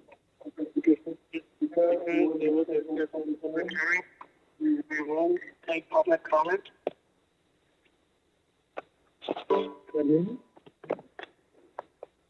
Mr. Mayor? Hello? Mr. Mayor, this is Bob Wallace. I didn't hear the public comments. Like I was saying, this is a public hearing. We are taking comments at this time. We're not making a decision. This item is going to be continued. But because it was a agendized public hearing, does anybody from the public wish to make a comment at this time? Bob Wallace. I'm sorry, did somebody say something? Yeah, Mr. Wallace, go ahead, please. Can you hear me? Yes, go ahead, sir. Yeah, our acting chief, what's the status on the homeless camp on B Street? And now if you look behind the health clinic, Mr. Wallace, this is Mr. Wallace. This item is a public hearing for the landscaping lighting, not the citizen comment at this time. That'll be coming up soon, shortly here. So does anybody wish to comment on the Landscaping Lighting Act at this time? Yes, I would like to, if possible. On landscaping lighting, go ahead, please. Yes, again, this is Wapinder King, 657 Calero Court. Hey, I was wondering, I understand that we had this discussion last meeting go-around, you know what I mean? I was just wondering, is there any way the council can consider a possible, I understand I don't want to eliminate it because, again, I do want our parks to stay green and so forth, and I still want streetlights, you know, it benefits the citizens. But is there any way to place a cap on this? You know, I understand you guys are going to possibly move it on to the next agenda, but if there's any way council can consider possibly talking about this at closed discussion and possibly trying to place a cap on it, so there's certain the residents that do agree to pay this tax when they do buy the homes, but they don't or they're not aware of the increases that are going to keep conducting every year, you know. So again, just a suggestion, if the council can consider possibly talking about a cap, so the residents do know that if they do have to pay, that there is a end at the end of the tunnel, and it doesn't keep continuing. Thank you. Okay, Mr. Ryan, first of all, we cannot talk about this until session. I think you said that. There's very limited items you can talk about in session, and this is not one of them. The idea of bringing this forward, the idea of bringing this public is we were going to really have a presentation and then discuss on any other actions, including CPI or a cap. That would be discussion at that time, it's not a public closed session item. So after we have the presentation, council will deliberate and the decision can be made at that time. I appreciate it. Thank you, Mayor. You're welcome, sir. Anybody else that wants to comment on this item? If not, this item is now continued to the next meeting.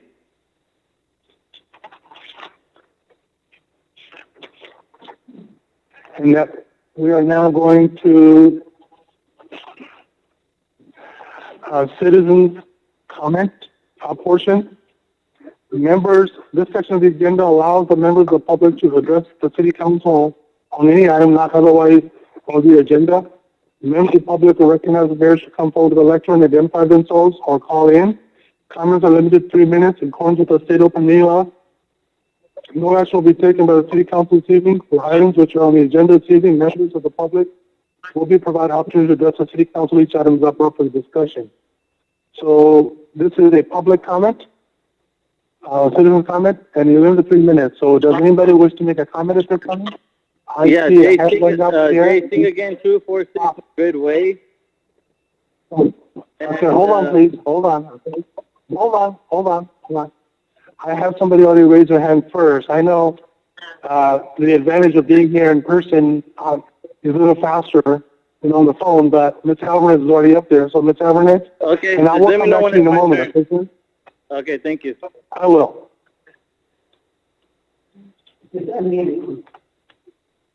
I need to get home for my daughters.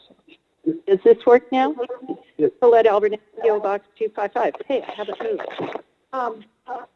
First of all, on the closed session item, I like the idea of fully funding your CalPERS or your retirement, especially for your law enforcement and your fire personnel. There's an issue going on right now on Robin and B Street. You have the city signs, no semi-truck parking, but you have trucks parking on Robin and B Street. The problem with this is when they pull out, they have to make a U-turn in the intersection of Robin and B Street. The problem with that is your emergency route. This is your evacuation route, and semi-trucks do not make U-turns fast. I have had the unfortunate experience of having to call 911 out to my house several times, and I can tell you, when you're waiting for emergency personnel, you do not want a semi-truck blocking the intersection so your emergency personnel cannot get to you. We've also had incidences down at Hageman Park. We've had incidences at the E&J Gallo crushing plant. So it's very important that the semi-trucks, they're not supposed to be parking there in the first place, but they need to not make their U-turn in that intersection because we have to keep our emergency routes clear. I got a call from somebody that lives up in the Sonora area. There is a law enforcement meeting and different people are coming. There are people going out that are vandalizing right now. I don't know if you've watched the news, and it's really a sad thing which has happened. But they call it downscaling or something. They're in Oakland, and they said they're going to be busing people into Sonora, and they're expecting the stores in Sonora to be vandalized. And they're thinking, and in Modesto today, I got a call, and a highway patrolman is being sent into Modesto because of the vandalism that's occurring. I want the city of Livingston to be aware that this might be coming into our community. I don't have the answers. I'm not saying I have the answers, but it's a bad thing. People are getting hurt. The other thing that I have is I wrote a little thing in the response to some of the things I heard about the general plan joint session the other night. And before you talk to stakeholders and all of that, get the Citizen Advisory Committee going again. You had boots on the ground. They were reporting to the City Council, I think it was once a month, it might have been twice a month, but they were reporting things that citizens would come and talk to them. This is kind of intimidating for a lot of people. You guys sit up there and all of that, and coming up to a podium and talking to somebody sitting up there, it can be scary for people. So when you have a Citizen Advisory Committee, it's a little less formal, and they can say, hey neighbor, this is really bothering me. And it gives the council an opportunity to hear another voice. And I don't think your general plan has a good way of communicating people, given the demographics of our city.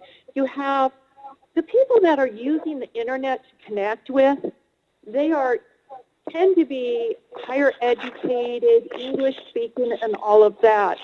They higher income. Older people are not comfortable with it. People where English is their second language, they're not going to be comfortable with it. So I think that if you want public input, you should pause on moving forward with your general plan. Get your Citizen Advisory Committee going and listen to the people. 30 seconds. Dear Heavenly Father, I ask that you bless and guide our city and our nation. I ask that you would put your hand and your angels to surround all our law enforcement personnel. Keep them safe. Our firefighters, Lord, we need your divine wisdom. We need the peace that passes understanding. Calm all the angry hearts and give us minds that can come together to the table and have peaceful discussions. And please give us your wisdom, because we surely need it, Lord. In the name of Jesus we pray. Amen. I gotta go home. Thank you. Will someone turn this off? I will take care. Okay. I appreciate your comments. I gotta get my daughter. Anybody else from the public, including phone calls? Bob Wallace Please come. still. Yeah, still kind of go. Bob Wallace still waiting. Anybody else calling in wants to make a citizen comment? Yeah. Mr. Wallace, are you there? Yes, I'm here. Can you hear me? Go ahead, Mr. Wallace. There's two quick questions. Status on the homeless camp on B Street, and then behind the health clinic, there's another homeless shelter with a blue tent. What is the police department doing on it? Second question would be for the city manager. What is the status with the 4th of July committee in the city? When is the city going to make a decision? What are they going to do about fireworks in Livingston? That's my only two questions. Okay, I'll let Mr. Soria answer your first question, and then Mr. Ramirez can answer your second question. Okay? Mr. Soria? Can you hear me? All right. Chris Roy, the interim chief of the Livingston Police Department. Hey, Mr. Wallace, I am aware of the encampment over at the residence. We have spoken to the owners. It's going to be an issue between them because they are now, if it's the one living in the home, it's going to have to go through a civil process. So we have contacted the owner of the home. As for the other location, I was not aware of that. So if you can actually let me know where that's at, we can take care of that and start working on it. Where was the second one with the blue tent? Yeah, the blue tent is just drive down right down if you get off Winton Parkway, look straight ahead out in that field, kind of behind the health clinic. You'll see the blue tent sitting out there. Okay, we'll get on that. Thank you. Mr. Ramirez? Yeah, Chairman Wallace, thank you very much for your question. So actually, we have been working with Mr. Julio Valadez and Councilwoman Baptista, and I'm sure she'll be more than happy to share some of the things that we talked about. But basically, at this point in time, there's a couple of proposals that we're kind of throw out there. So one thing that was communicated was and enjoy the fireworks.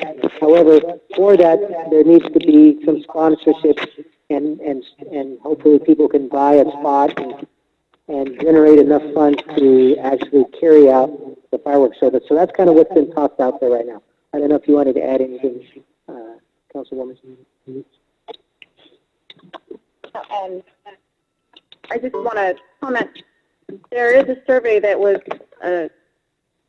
that Mr. Valadez had put on Facebook and shared it amongst the community. And it is a survey, and it gives the options. One that Mr. Ramirez had stated, and the second option is how it's going to be funded. The proposed amount to do a single show, limited time. I know in the past year that the community is used to a 3-day event, a 30 to 45-minute show. This would be a lesser amount, a single event, and rough estimate that Mr. Valadez had put on his post was $15,000. So that cost has to come from someone through sponsorships, donations, our citizens. So again, just putting the survey was our first step to see how many people would be interested of having option 1, as Mr. Ramirez has stated, option 2, and option 3, no show at all. So that's on Facebook, and I don't know what other type of platform or how else the survey is going out.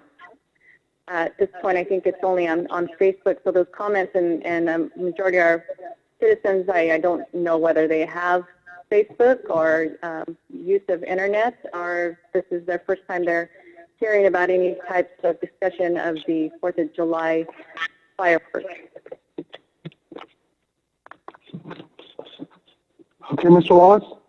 Yeah, Councilwoman Batista, is there a deadline when this needs to be decided, if you're going to hire this vendor or not? I mean, somebody's got to have a deadline in place before the 4th of, you can't hire them 2 days before the 4th of July. So what is the deadline that you're working with the 4th of July committee? Mr. Valadez, if you're on the line, if you can comment. I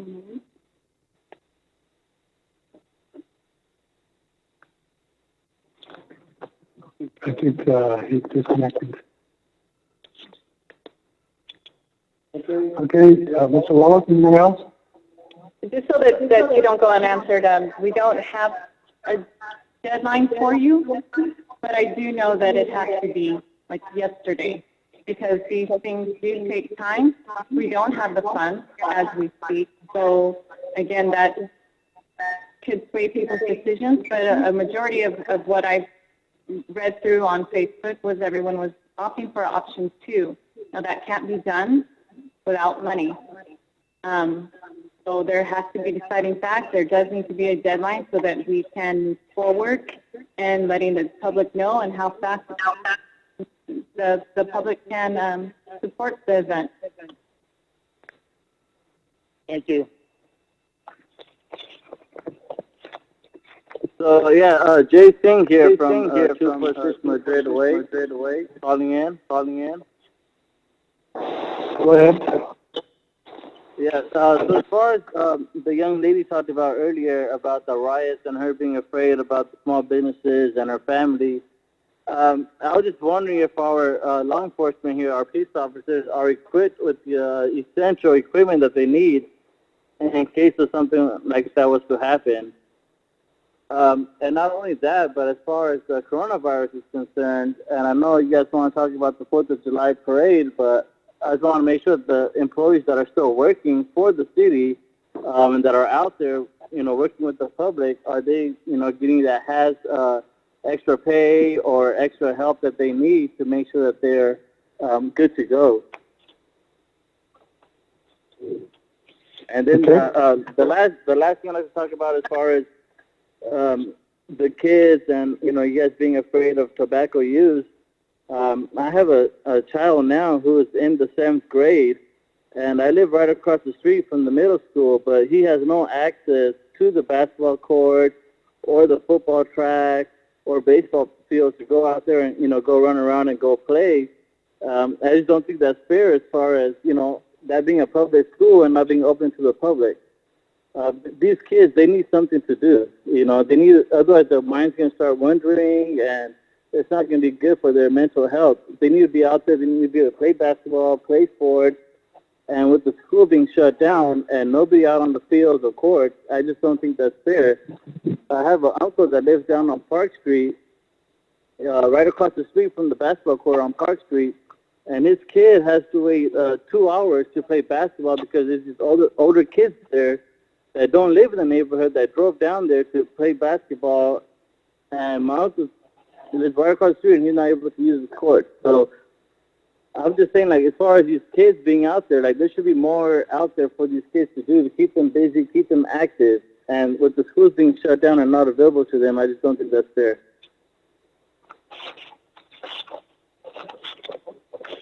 Okay, thank you very much.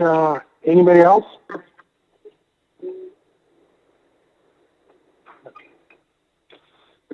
We do have a citizen walking up.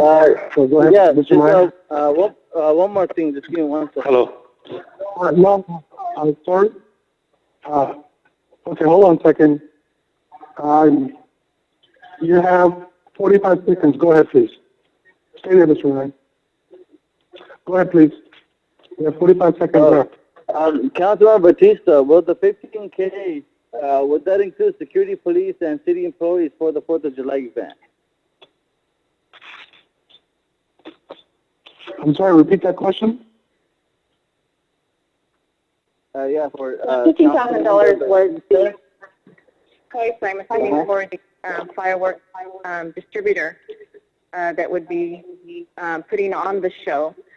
The other monies that, again, those are up in the air, and that would have to be decided if we did move forward with a type of a fireworks celebration.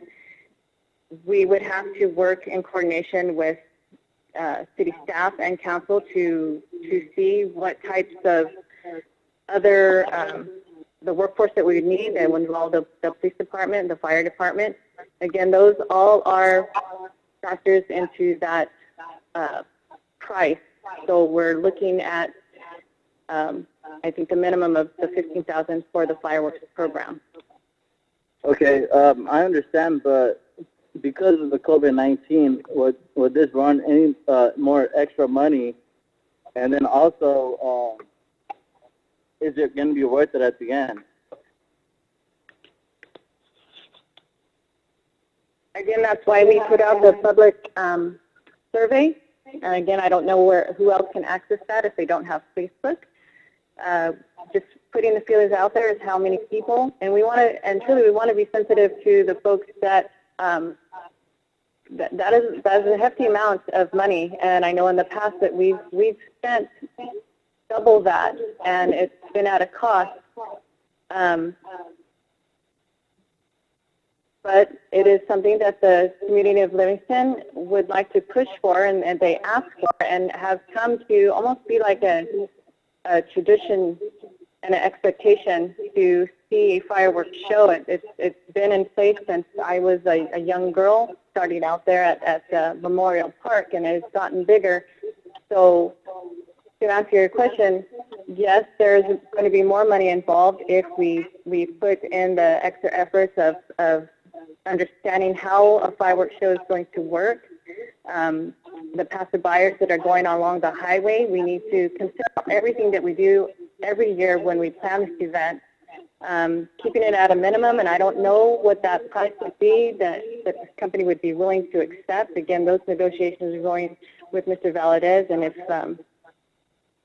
if we can get those questions answered at another time, we'll get that information out. But again, that survey was just to put feelers out there as to how many people want it, but because they want it and what's feasible are two different ways that we have to approach it.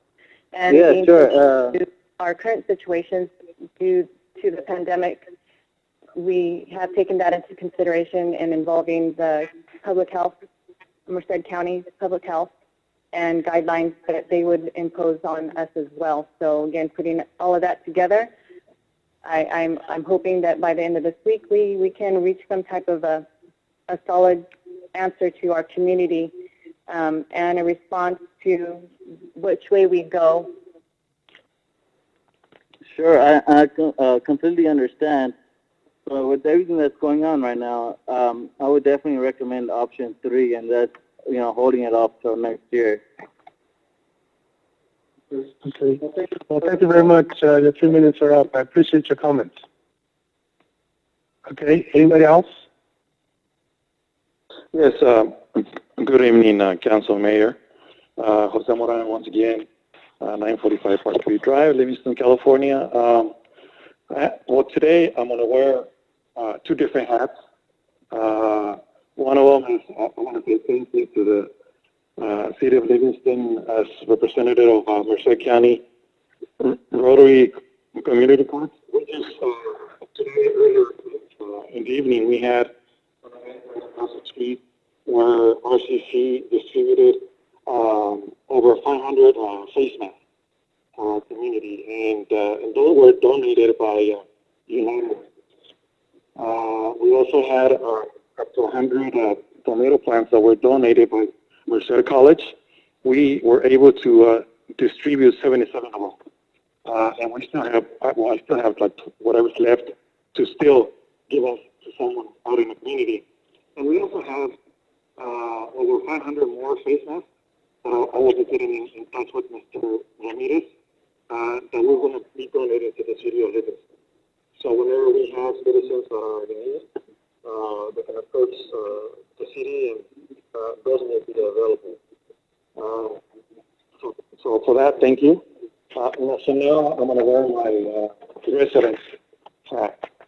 There's a couple of things, and something that was brought up part of the conversation was about the fireworks. I've seen that on Facebook, and I was happy to see that different people in the community were expressing their opinions. And these are some tough times.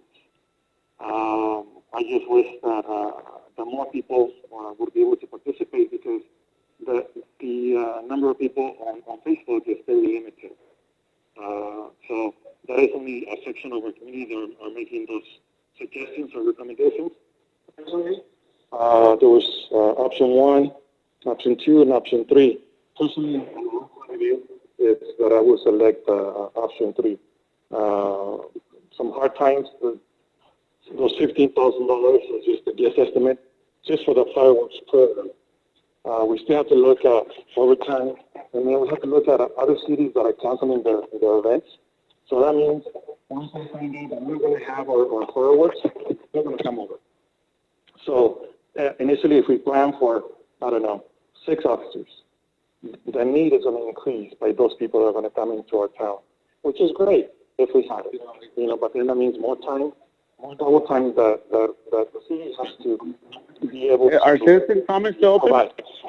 And so we're looking at a budget where we're losing tax money, so it's going to make it tougher for us, to kind of deal with one more item. Are citizen comments still open? Also, in regards to, I wanted to ask the council, see if, in regards to Fred Warden Park, I know that it's in the outside of town, and apparently I come to find out that it used to be popular, was being popular for a while because it used to be kind of like an abandoned area where there were very few homes there. And so a lot of people in the community were... Speak louder, we can't hear you.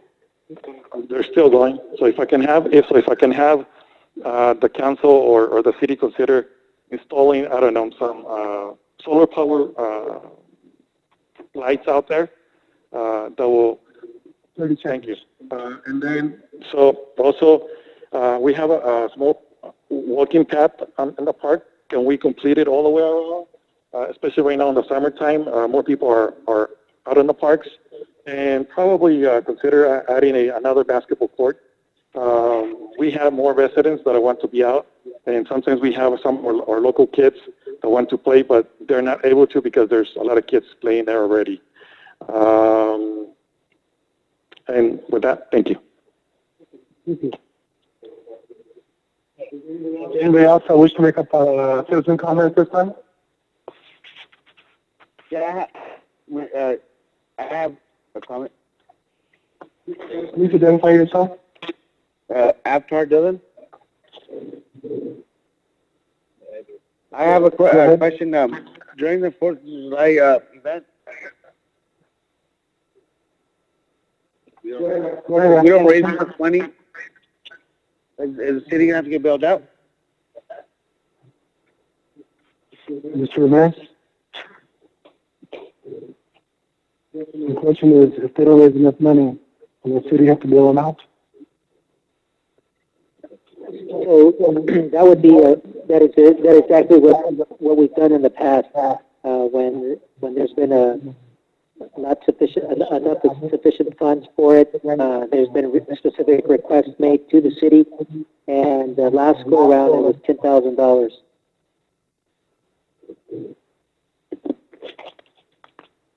Then why put the city in that Sir, predicament? any other questions?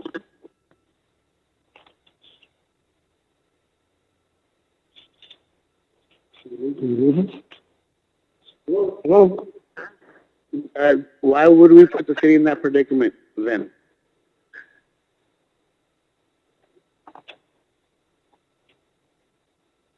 This is Jose, the city manager.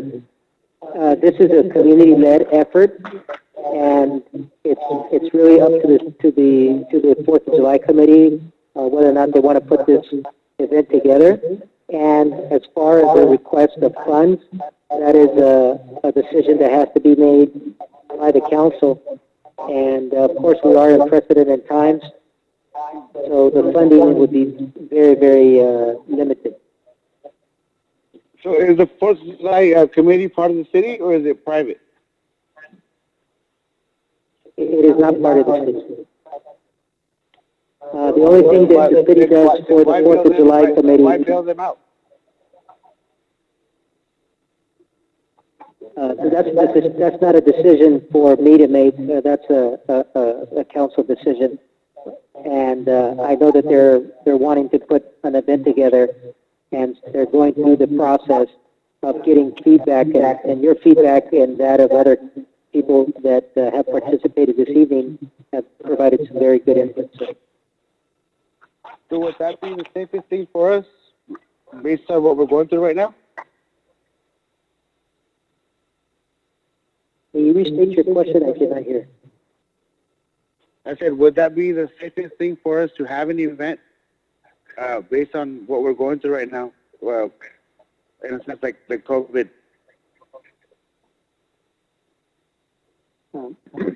Understood, sir. That again, that is a decision that needs to be made by the committee.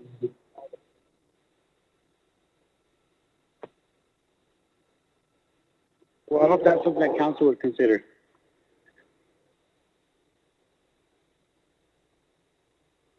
I'm sorry, say that again?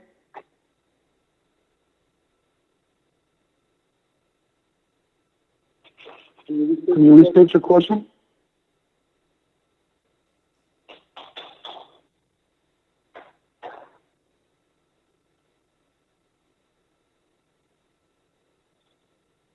Sorry, can you restate your question? Okay, we must have lost them. We'll move on to anything else on citizen comment?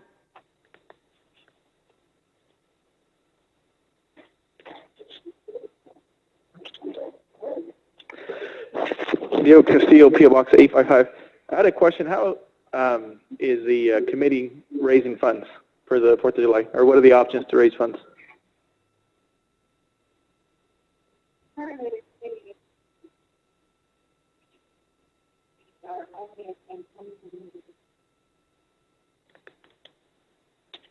Currently, the committee is only in phone conversations. There's no way to vote any types of fundraising events that are going on.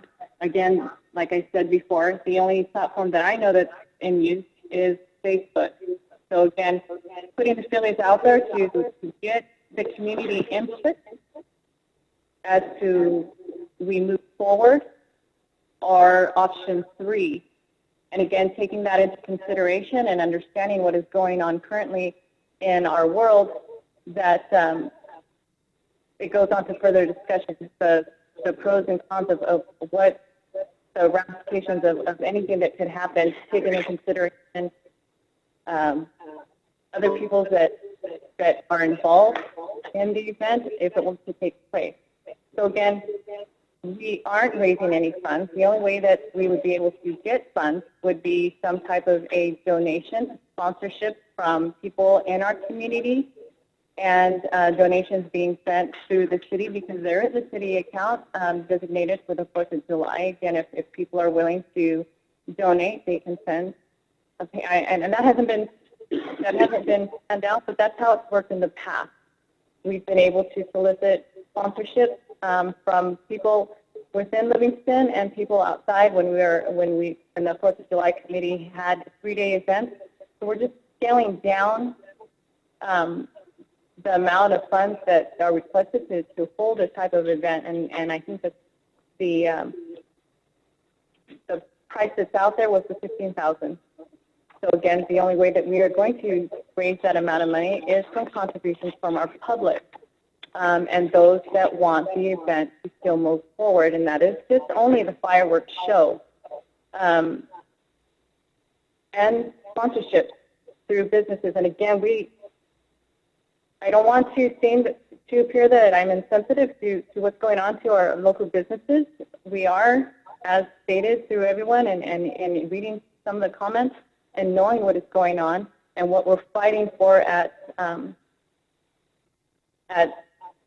a local level for our small businesses. So that's a lot to ask.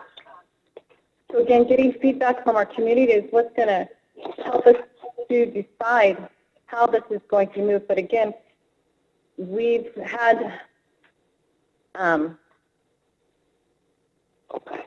comments, and again, when Atwater canceled theirs, because again, Atwater, when they hold their event and we hold our event, between cities, it's a kind of a fun thing. You know, who's going to do it better?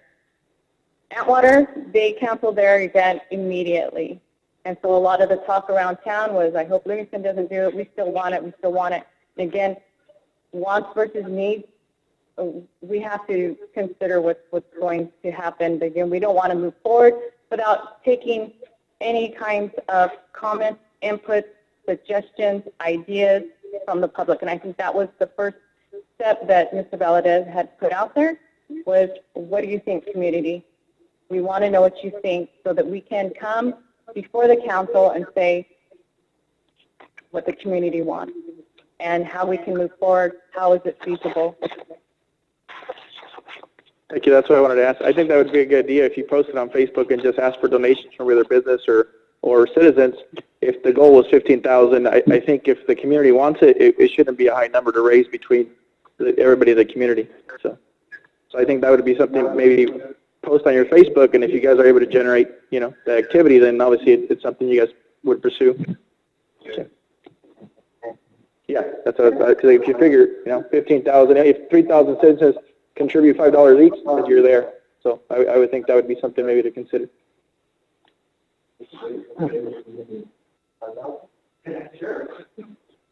Okay, thank you very much. Anybody else from the public want to make a comment, citizen comment? If not, then the citizen comment portion is now closed. Move on to consent calendar.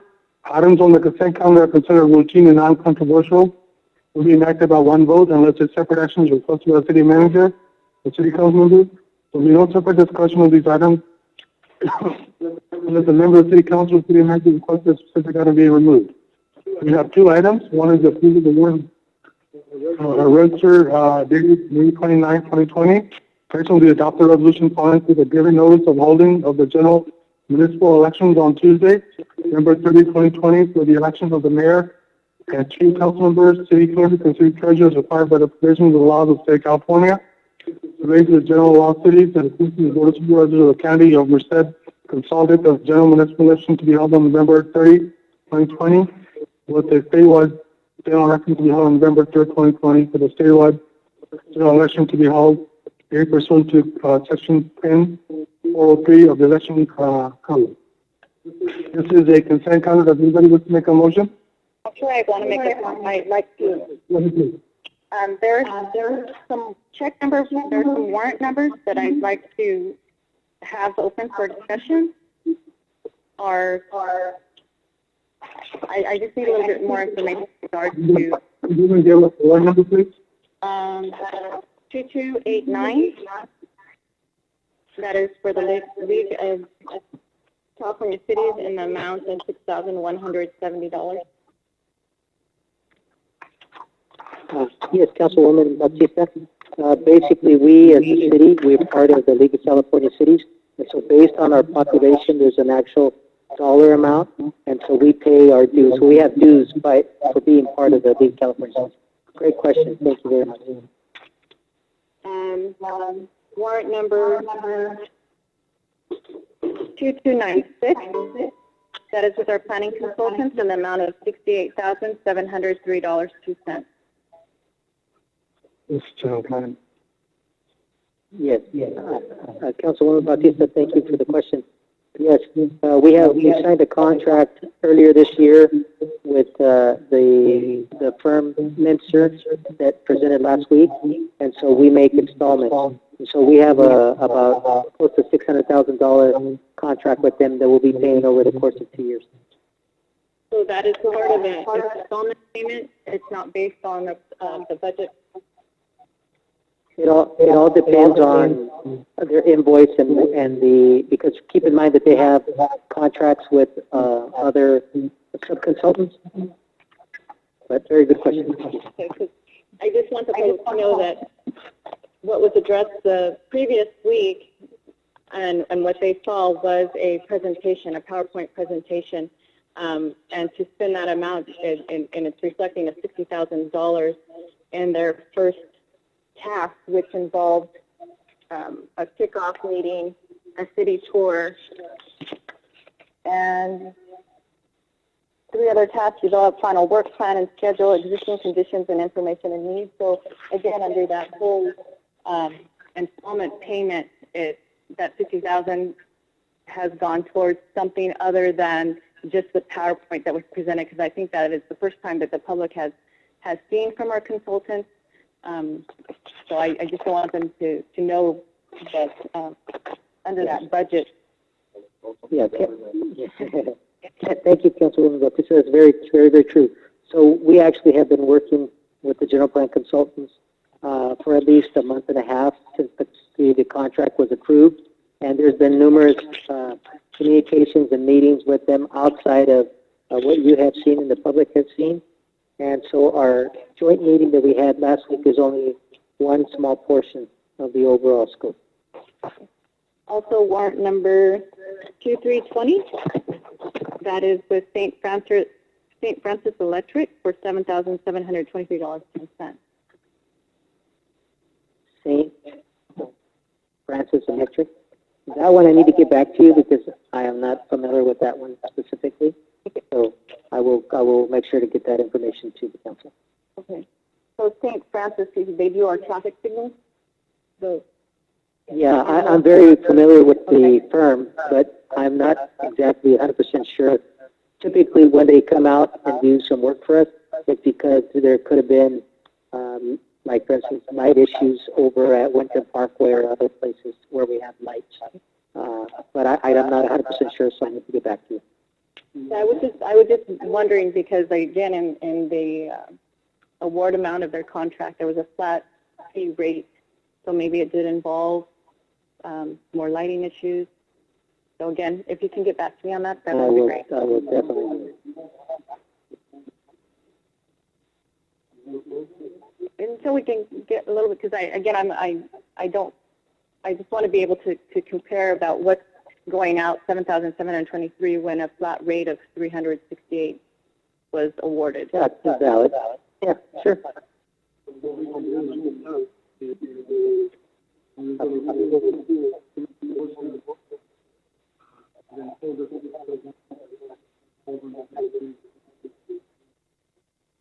That works.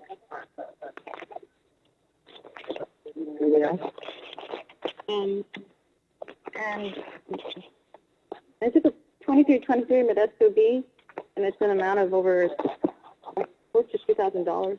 And I was just kind of wondering what it was. Yes, no, thank you. Very good question. Again, when we have public hearings, we have to notice. And so for instance, we've continued the item. This would be our second time. So every time we we have to notice item, there's a dollar amount, and typically it's about $1,000. Thank you.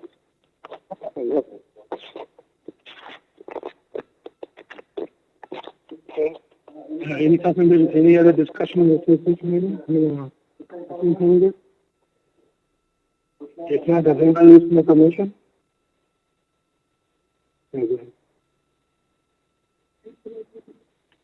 I make the motion to approve the consent agenda. And withholding warrant number 2320. Do you have a motion by Councilman Bautista? Do you have a second? A second by Schreiber. May I have roll call, please?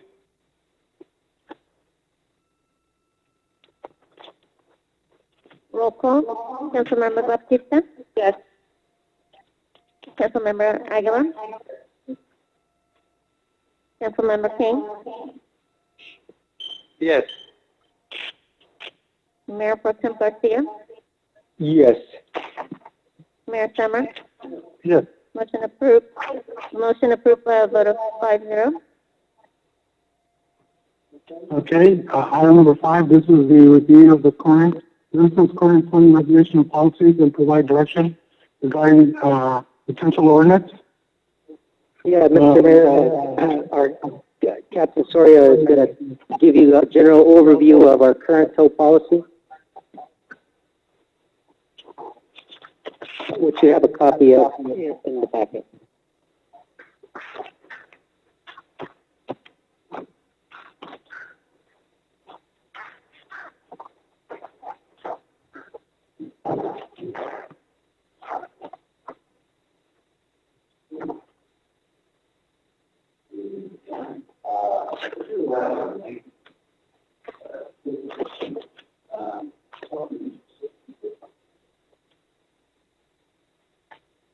again, this is a rather lengthy tow service agreement. If you would like me to go over anything specific, I can. Exactly what you're looking for, because like I said, it's quite long. Now, what I brought this item forward at a request to look at our ordinances, and the concerns I had was that we do have 2 companies that are currently on city rotation list for impounds or towing requests by the PD. And the request that we're looking at, it was saying that if you can look at and discuss and perhaps follow the lead taken by Turlock to where they limited the number of people on the rotation list. The reason for it was at one time in Livingston, and correct me if I'm wrong, Soria, we had 7 towing companies perhaps? It was up to, from, I just actually conferred with staff a minute ago, 5. Yes. Yeah, we had 5, and most of them closed for whatever reason, not making money. That's what business is closed. They don't make enough money. So, and also what I was brought is that because towing requirements for CHP in the cities are getting more and more stringent, you need to bring in more and more equipment. And equipment can cost between $150,000 to $500,000 depending on the requested items, and that we require the business to be able to respond within a certain amount of time, and usually they have to be pretty much located within our city limits. That if there isn't any kind of some sort of anticipation that they may get certain number of tows before their name comes up on rotation again, that the equipment, they can't afford to buy the equipment, or, and then that puts Livingston PD at a disadvantage, because then we would have to modify and allow towing companies from outside of the town to come in from Merced or wherever. That means we could literally have an officer waiting somewhere for a half hour to 45 minutes, maybe longer. And City of Turlock went through a similar situation to where they had a whole bunch of companies who are doing that, and most of the companies, because they couldn't really afford to make investments in equipment to still maintain what they need to do, closed out, and they end up on the show, having to have the officers wait longer and longer because they didn't have enough people within the city to come in for tows or whatever they need to do for water impound, whatever it is. So what they did was they limited one rotation list per 10,000 people. That's what they did, and so that means I don't know what the population is. They have like 5 or 6. I don't know what number they have. That's what the number of people they have in rotation. Now, this does not prevent a towing company from coming outside of the city and towing for private folks. It doesn't prevent AAA from sending anybody. It does not limit that. All it does is streamlines the number of folks on the city rotation list is basically what it does. So what I was asking the council, if they wish, if you want to follow a similar, similarly what they did in Turlock, in limiting the number of folks on the rotation list, so a business can be assured that if they make an investment, that they have some sort of revenue stream as well, and not doing this. Now, in Livingston, we do limit the number of taco trucks based on population, so we don't overly impact our restaurant business. We do that. So they're asking that we also review this. So I was asking the council to give direction if we can limit it to a certain number, and then bring it back to the council for approval. We have 2 towing companies in Livingston. Yes. They are owned, there's Always Towing, and there is, I'm sorry, Always Towing, not Direct, Always, CNG. always, I believe one is owned by Rigo Espinoza, and the other is owned by Brandon Espinoza.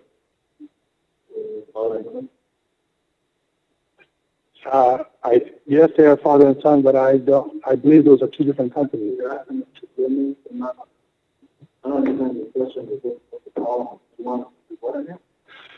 Okay, what they're saying is, I just like to have Turlock is, yes, but what they also have done is they limited the number of locations based on population.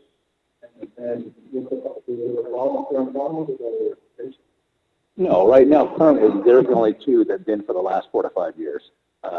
And actually, the issue that we have had before with 5, there were times where, because they were outside, they do have the advantage of those 2 tow companies that we have now because they are local. So that is a benefit. We don't have the issues that we've had before. There was another one that was local, but they have since gone out of business a long time ago. The other ones really couldn't tow because of the fact that they were outside. They weren't getting enough tows, so that kind of limited anyone wanting to come in and trying to make a business here. And that's kind of why everybody left and nobody's else has tried to come in at all. We have not had any issues in the last 4 to 5 years. I don't have a problem with it whatsoever. They do a phenomenal job, but obviously if there's like we have now, they have to meet certain requirements. If they don't, then depending on how you put it in the ordinance, like right now, it would be up to me whether or not to, for lack of better words, admonish them that they're not making the requirements. And then from that going on there, and we've had to do this in the past with some other agencies where they were kicked off. And that would be the only thing that would, if it was in the ordinance, something like that.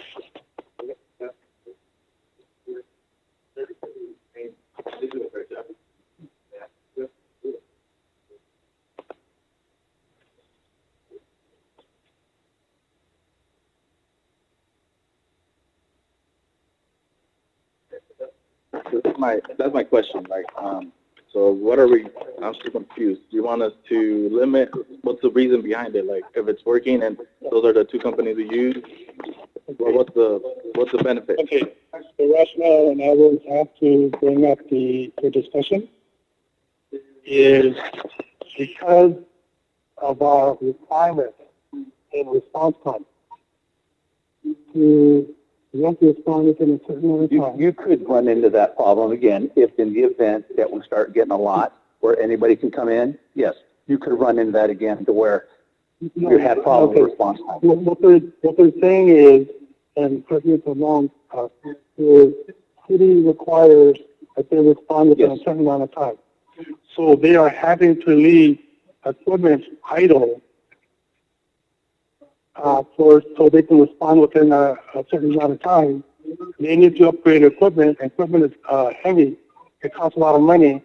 That if they invest all that and then others come in, they may not be. They will still be required to maintain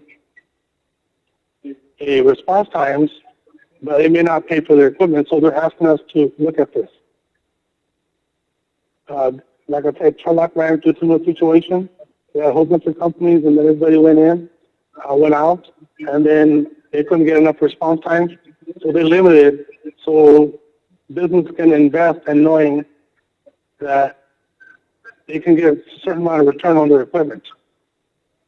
They're not saying that anybody should be pulling more. They're just saying that in order to comply, we need to make sure that we get certain number of on the rotation list, whatever the city wants. That's the request. I would like for us to look at what Turlock has done. I think other cities have done that, where they have limited it, the rotation list. So the new requirements from the CHP, there's a lot more changes coming down. They're spending a lot more money for the equipment so they can comply and also make a sound business decision.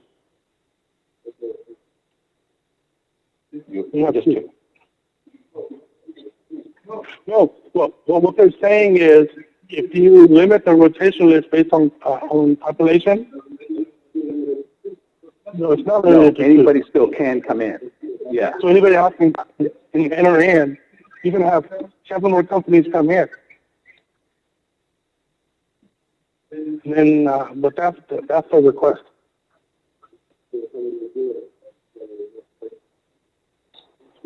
Well, what Turlock did is said 1 per 10,000.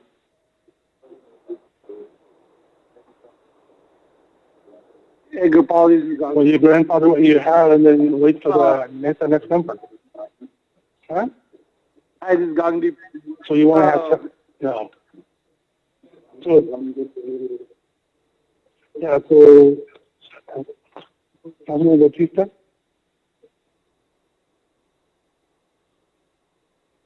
So if I'm understanding, you're asking us to put a cap on the rotation, and there's only 2 available. I mean, outside of the 2 local that I guess are seeking more support from outside youth services. Yeah. So, I think what they're saying is they need to buy a whole bunch of equipment, and in order for them to make the investment, they expect to look at. They know what the current rates of service calls are. This is not private. This is just for be on the police department's rotation list. So what they're asking is for us to look at limiting to based on what Turlock has done, other things have done by population. Who else do you use too? But you can have a whole bunch of other companies come in and then get on the rotation list. I guess the whole thing behind limiting to would be other companies can come in, and it can go back to the way it was, which at one point, yes, it was convoluted because we had so many tow companies, and some of them just couldn't keep up, because they weren't making enough money. So, I mean, some of their stuff was a little old and antiquated. I don't want to say the one that was actually local, they just couldn't keep up anymore, so they had to go. And I actually even talked to the owner, said, I just can't do it anymore. There's too many people there. So that's, I guess, getting back into that would probably be the issue that we wouldn't want to get back into, if that's what I believe that you're saying, yes. And it could happen. Yeah, and again, like I said earlier, it's getting harder and harder to comply with cities requirements, CHP rotations. Equipment is costing more.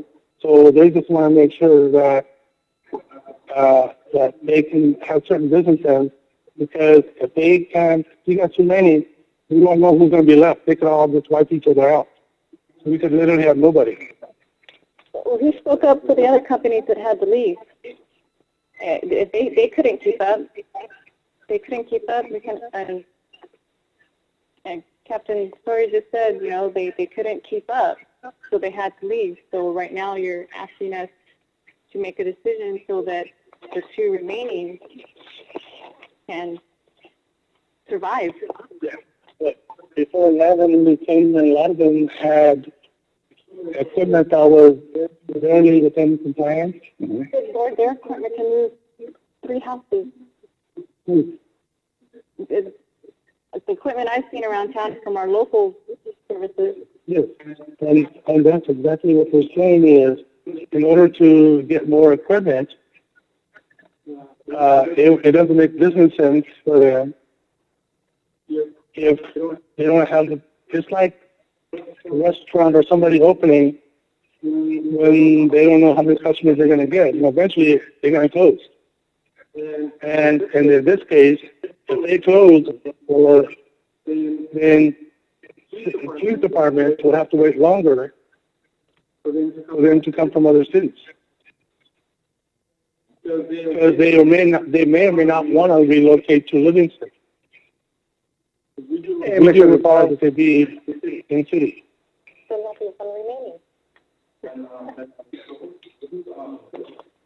Hello? Hello? Question for the, hold on a second. The policy was completed or by the police department, correct? Yes. Did it come to council last time to discuss that kind of policy? No, it was somebody, I think Elders did it. And I think Chavez ended up, adding to it.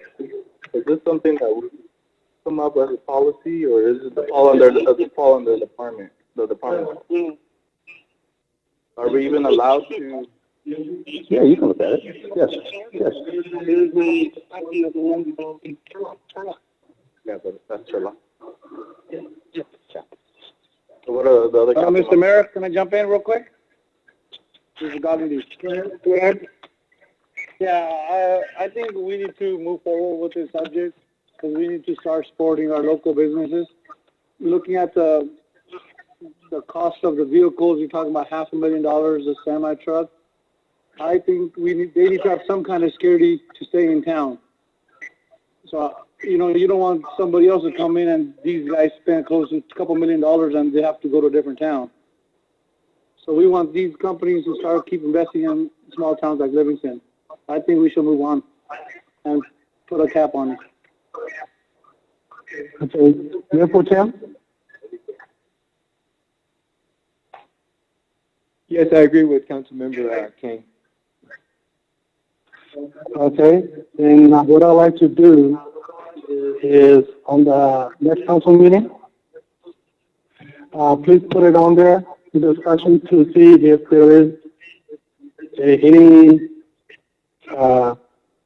support to limit or to amend our list.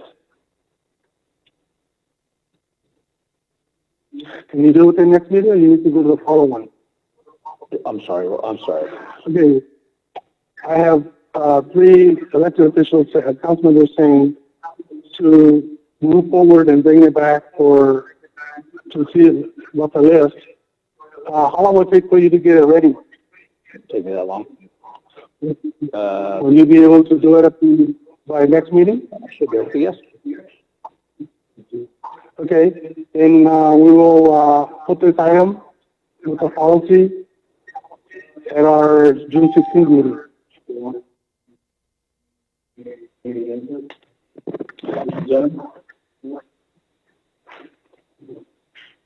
Okay,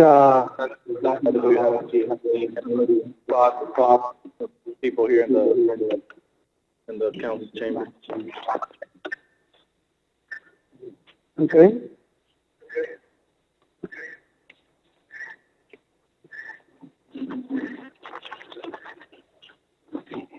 Hi, good evening. Jose Moran, 945 Parkview Drive, Livingston, California.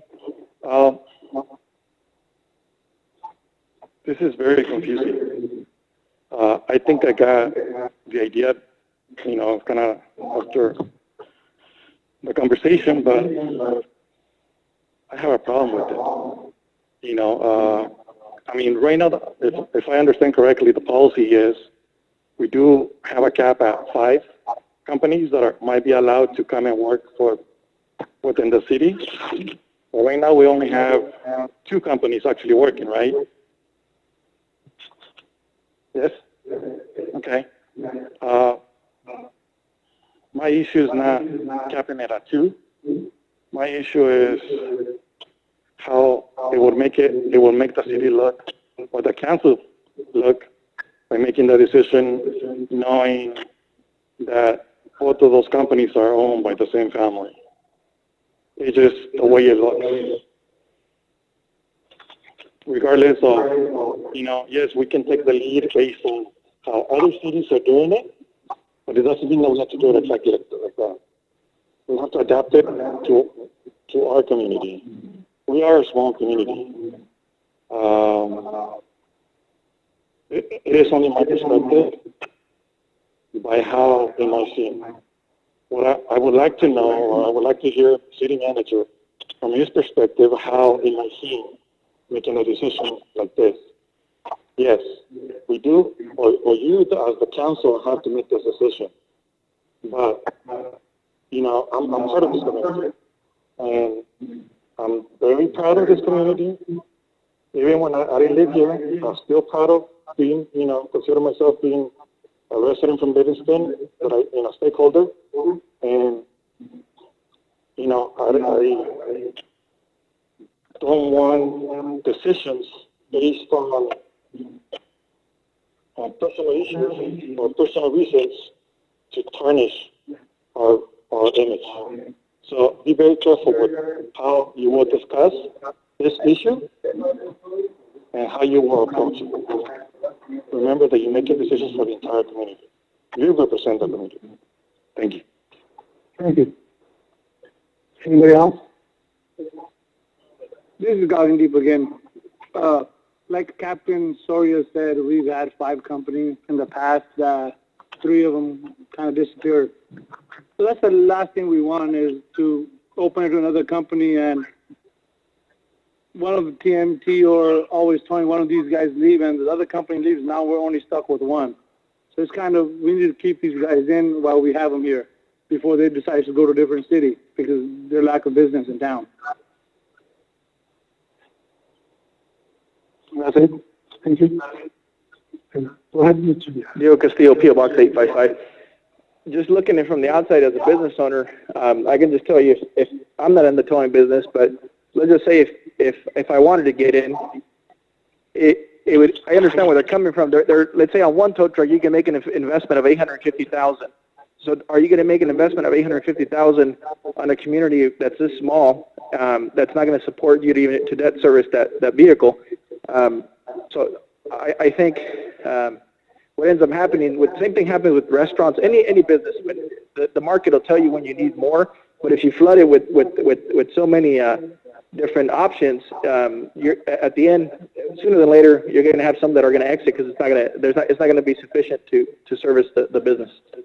So just as a business owner, I can see the request they're making, and I think it's a valid request because they've been. I'm not originally from here, but in the last 10 years that I've been here, they've always been here. So I believe they've been supporting the community in the 10 years that I've been here. So that I think they're not asking for anything that I would see that's not reasonable because they've been here for 10 plus years that I've been here.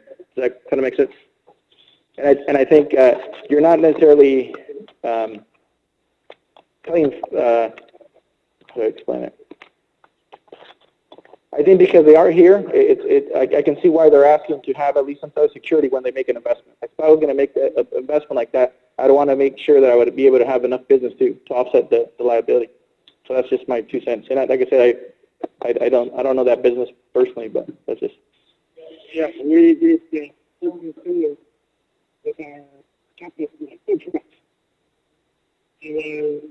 the many in the restaurant say, you know what? It's almost unfair because it costs us a lot more. We have to invest in buildings, we have to do this, and that. And so we limited numbers based on trying to help out everybody out because they physically located buildings in a restaurant obviously has higher cost than a mobile truck. So that was the reason why we limited that, and they're saying we did it before to make sure that everybody has, that we have more choices, or at least the security and investments. So this is asking for us to do the same thing, at least talk about it in discussion. And actually, just from a personal experience, I was in a car accident last year here in Livingston, and I had AAA, so I automatically called them because that's who I have. And I kid you not, it took between 45 minutes and an hour to get a tow truck to come to get my truck picked up. And I don't know, I didn't know that it was because I had a vendor that wasn't here local, but that was my experience last year. It took between 45 minutes and an hour to get my vehicle picked up because it was a company that was coming from out of town. Yeah. And normally require personal electrician to be able to respond within a certain amount of time. So they have to leave a certain amount of equipment idle to be able to match that. You know, so that was the request right there. Leaving equipment idle. Thank you. So anybody else from the public wish to make a comment? If not, then we'll any further discussion, council, on any other item? Okay, we are in adjournment. Thank you very much.